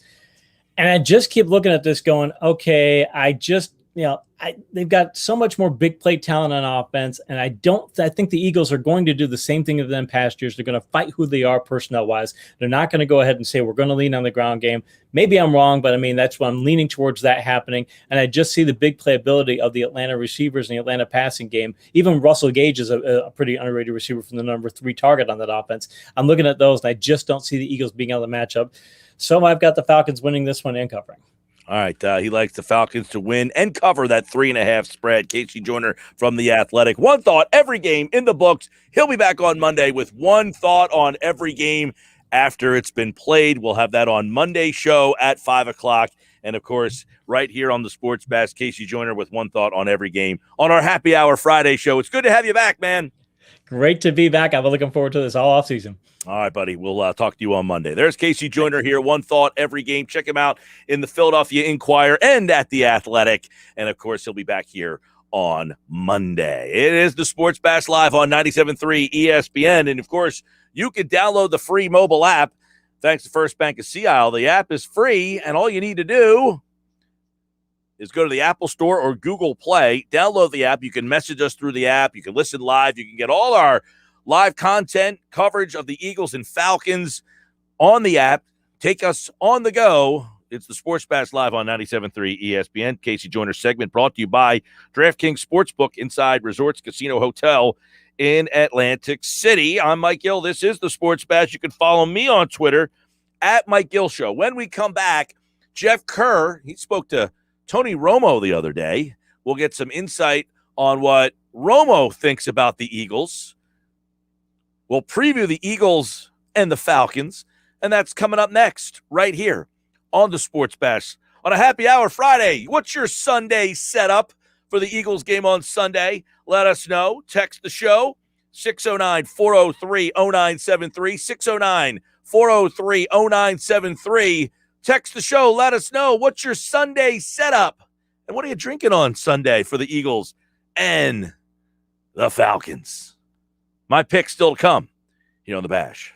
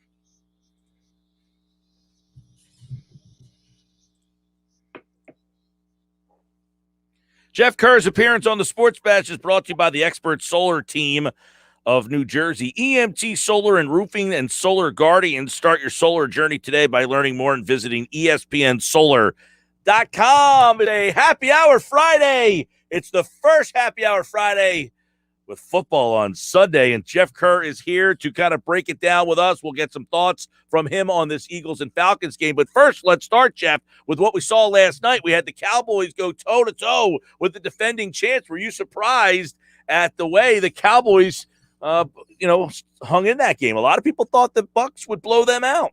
Well, it seemed like this is why I don't bet, because someone asked me to give them betting advice, and I said, well, I don't bet, but I was like, yeah, I take the under. No. So that didn't work. The over was already through 3 quarters. I said Tampa would cover. They did not cover. So, again, I don't – this is why I don't bet for these reasons. I'm usually wrong. But overall, I was kind of surprised Dallas was able to go toe-to-toe with this team. But even when Mike McCarthy got conservative and decided to kick a field goal with Greg Zuerlein and give Tom Brady a minute, 26 seconds left, I'm like, Tampa's going to win. He's going to find a way to get him a field goal, and that's what happened. I mean, Dallas plays a great game. I think they're going to be a team that, they certainly made a statement in the NFC East that Dak Prescott's going to be really good. Their offense is going to be really good. I know Michael Gallup's going to be out a month, but they're still going to be in there. That's going to be a tough challenge week 3 for the Eagles, but overall, it's, this is a loss Dallas shouldn't have had. They should have won this game. Yeah, and La'el Collins suspended too. He's going to miss 5 games. That means he won't be ready for the Eagles game either. I said the same thing. Like, Dallas should have won the game. They had 4 turnovers and still were in that game somehow. I thought McCarthy had a terrible night last night. He's a terrible coach. I don't know what else to say about it. You hit the nail on the head. He's a terrible night, terrible coach. I just don't like him. I think Kellen Moore should have probably gotten the Cowboys head coaching job, because that guy is a really good offensive play caller. What he did to Bruce Arians last night kept that defense on its heels, doing the short passes, the screens. Tampa Bay, who's a really good defensive team, did not tackle well last night, and they lost the turnover battle by 3. So, again, it's when you look back at it, you're like, Dallas only scored 29 points, but, hey, those are the breaks. Those are the breaks. All right, let's go to Sunday, and the Eagles take on the Falcons. There's so much in this one. We got good news just a little while ago. Nick Sirianni said Brandon Brooks was going to go, so that's the good news. Let's talk a little bit about the offensive line with Brooks in it, because if Brooks doesn't play, it's a big game changer at playing Nate Herbig there than it is Brandon Brooks. Oh, yeah, it definitely is, because I was saying to myself, I'm like, who would the Eagles put there? And then I'm like, oh, Nate Herbig, that's right. So, you kind of forget about it. I mean, he's a good backup.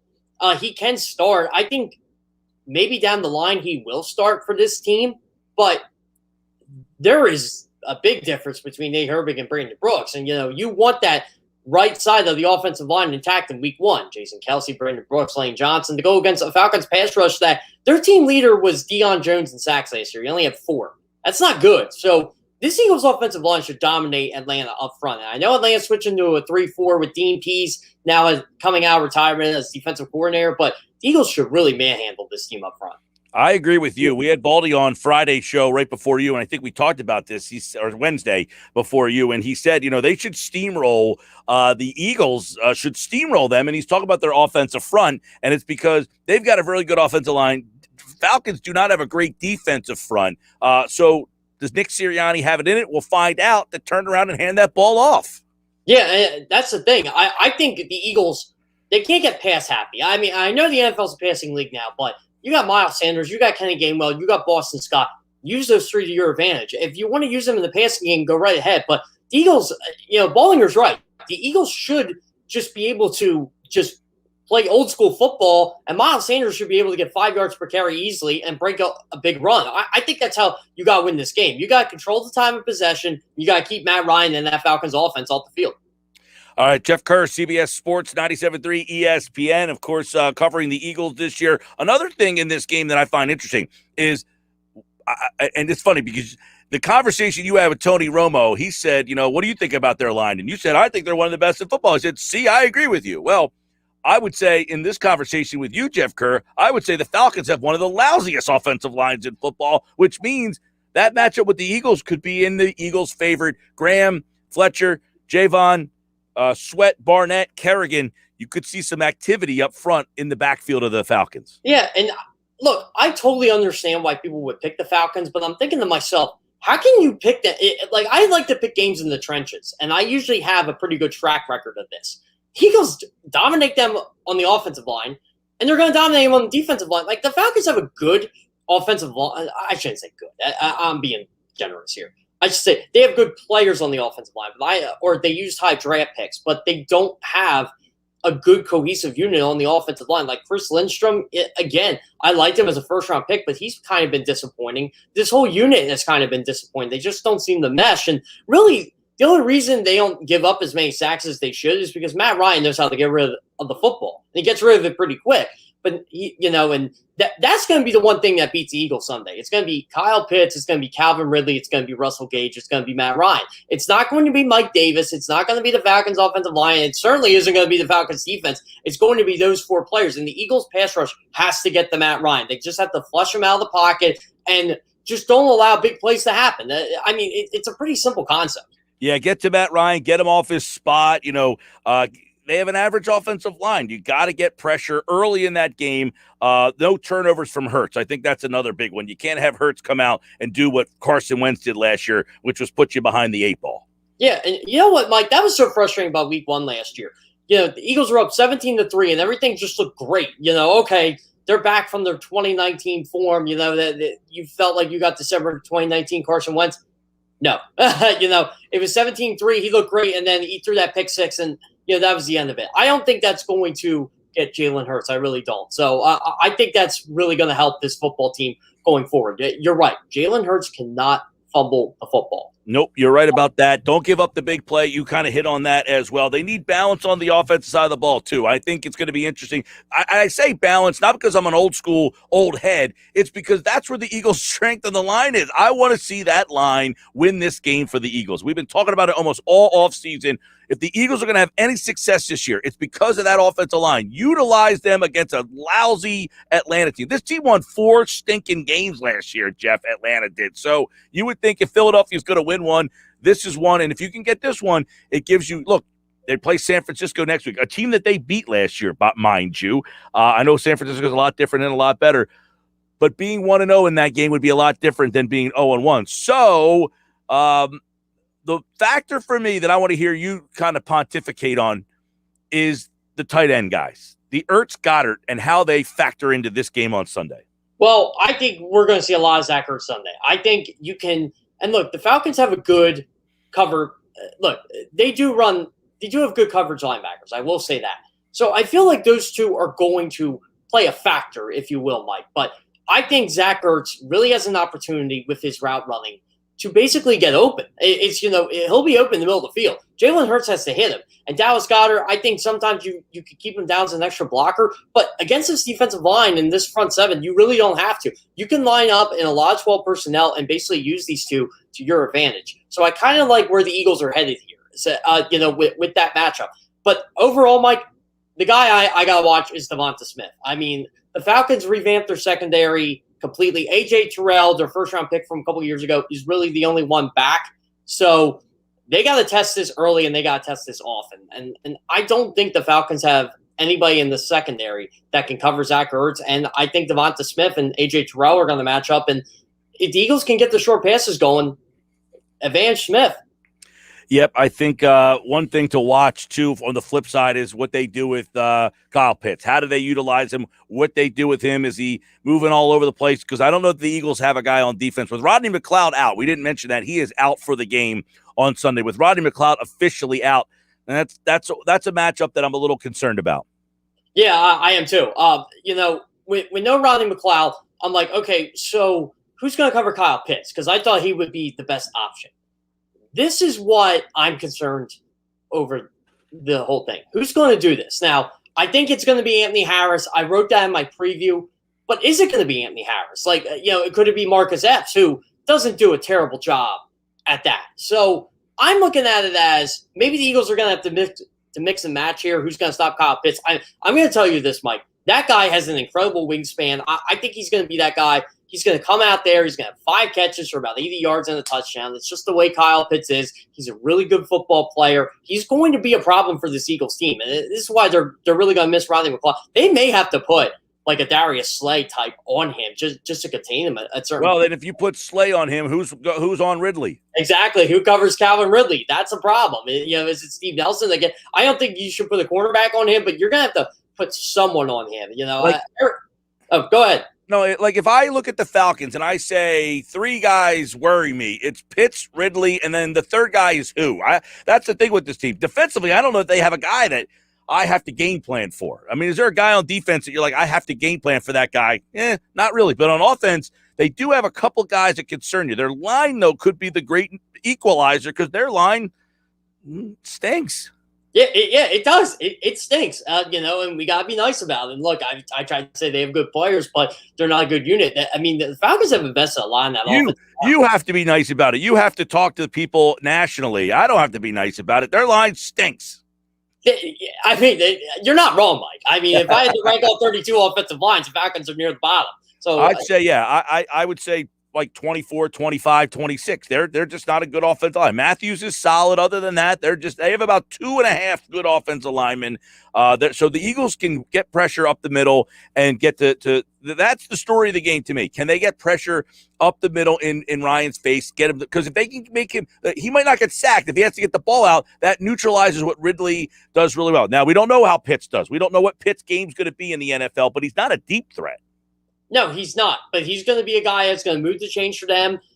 He's excellent after the catch. Like he runs routes really, really well, but it's after the catch. Like you have to tackle him as soon as he catches the football, or he's just going to make you pay.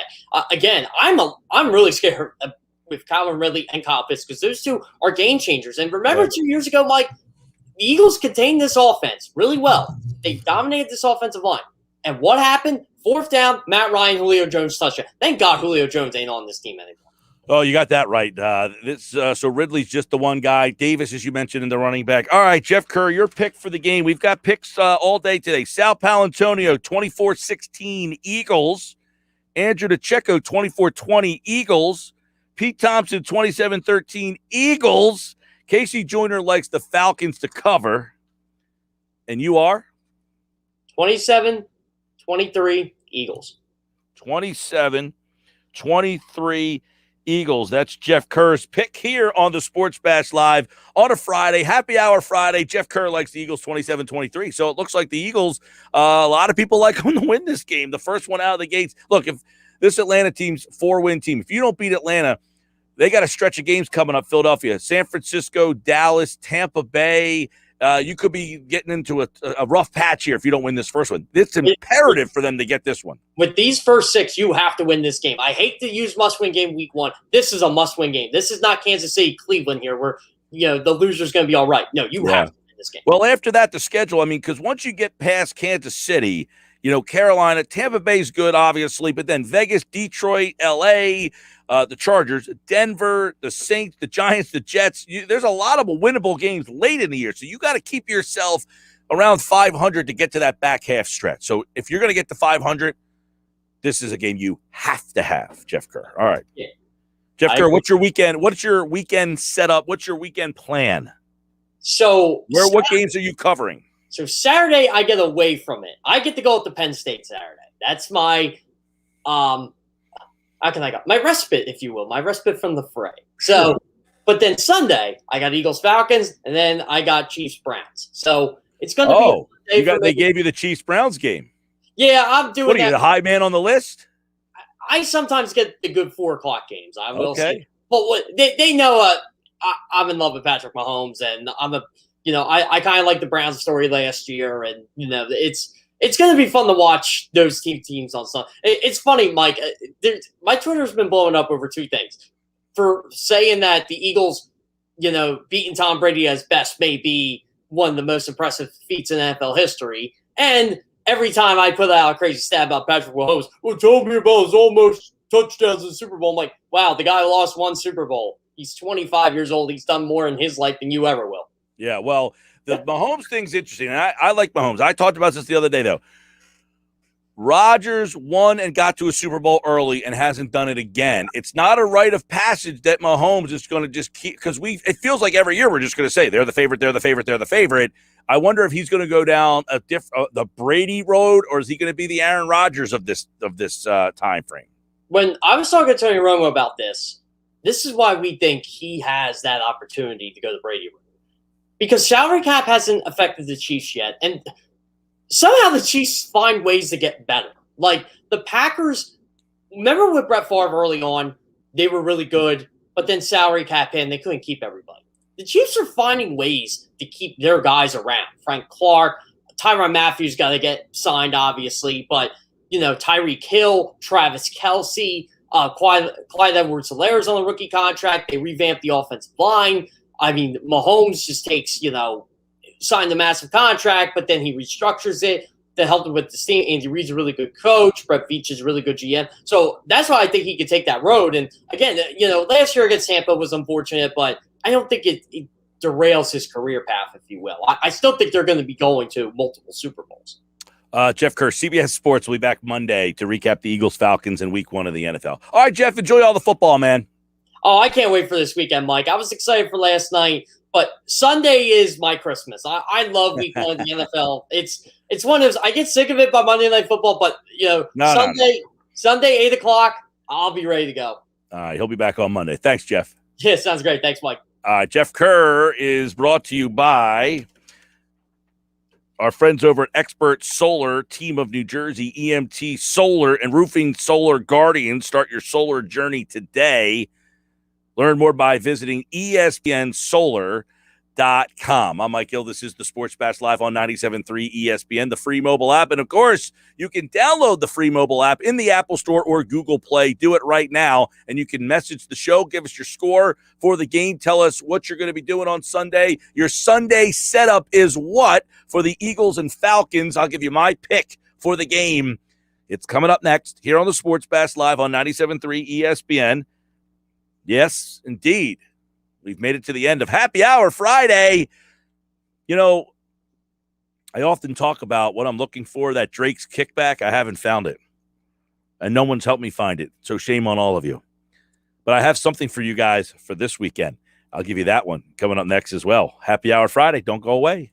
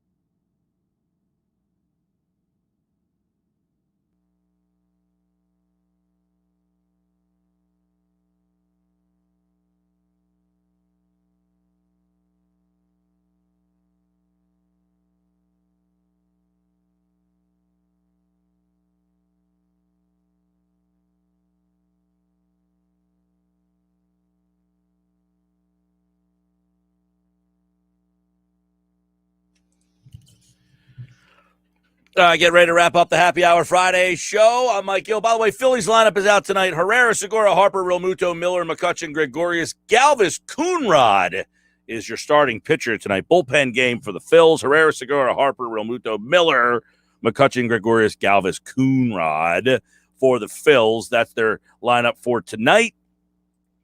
All right, Phillies, they need to win tonight, or they need a Braves loss, but it's not going well for them. Over to the Eagles and the Falcons. My pick for the game is this. Philadelphia wins the game. I've kind of been steadfast on that pretty much all offseason in this week. I think the Eagles' offensive line wins them this game. Their offensive line is healthy for one game. I'm going to go with them. I don't know what happens after this game, but when their line's healthy, they have a shot to win. This is not a good Falcons team. I like Philadelphia in the game. Give me Philadelphia 28 and Atlanta 20. 28-20 is my pick for the game. 28-20 Philadelphia is my pick. 28, let me write this down so I don't forget. 28-20. There's my pick right there. All right, Josh has game night up next. Eric Edholm will be here at 6:20 tonight. Really good NFL writer. He'll join Josh at 6:20 tonight on game night. And then tomorrow, the Locker Room with Billy Schwein, Sports Bash Saturday is off. We've got college football all day, and then the NFL on Sunday. Have a great weekend, everybody.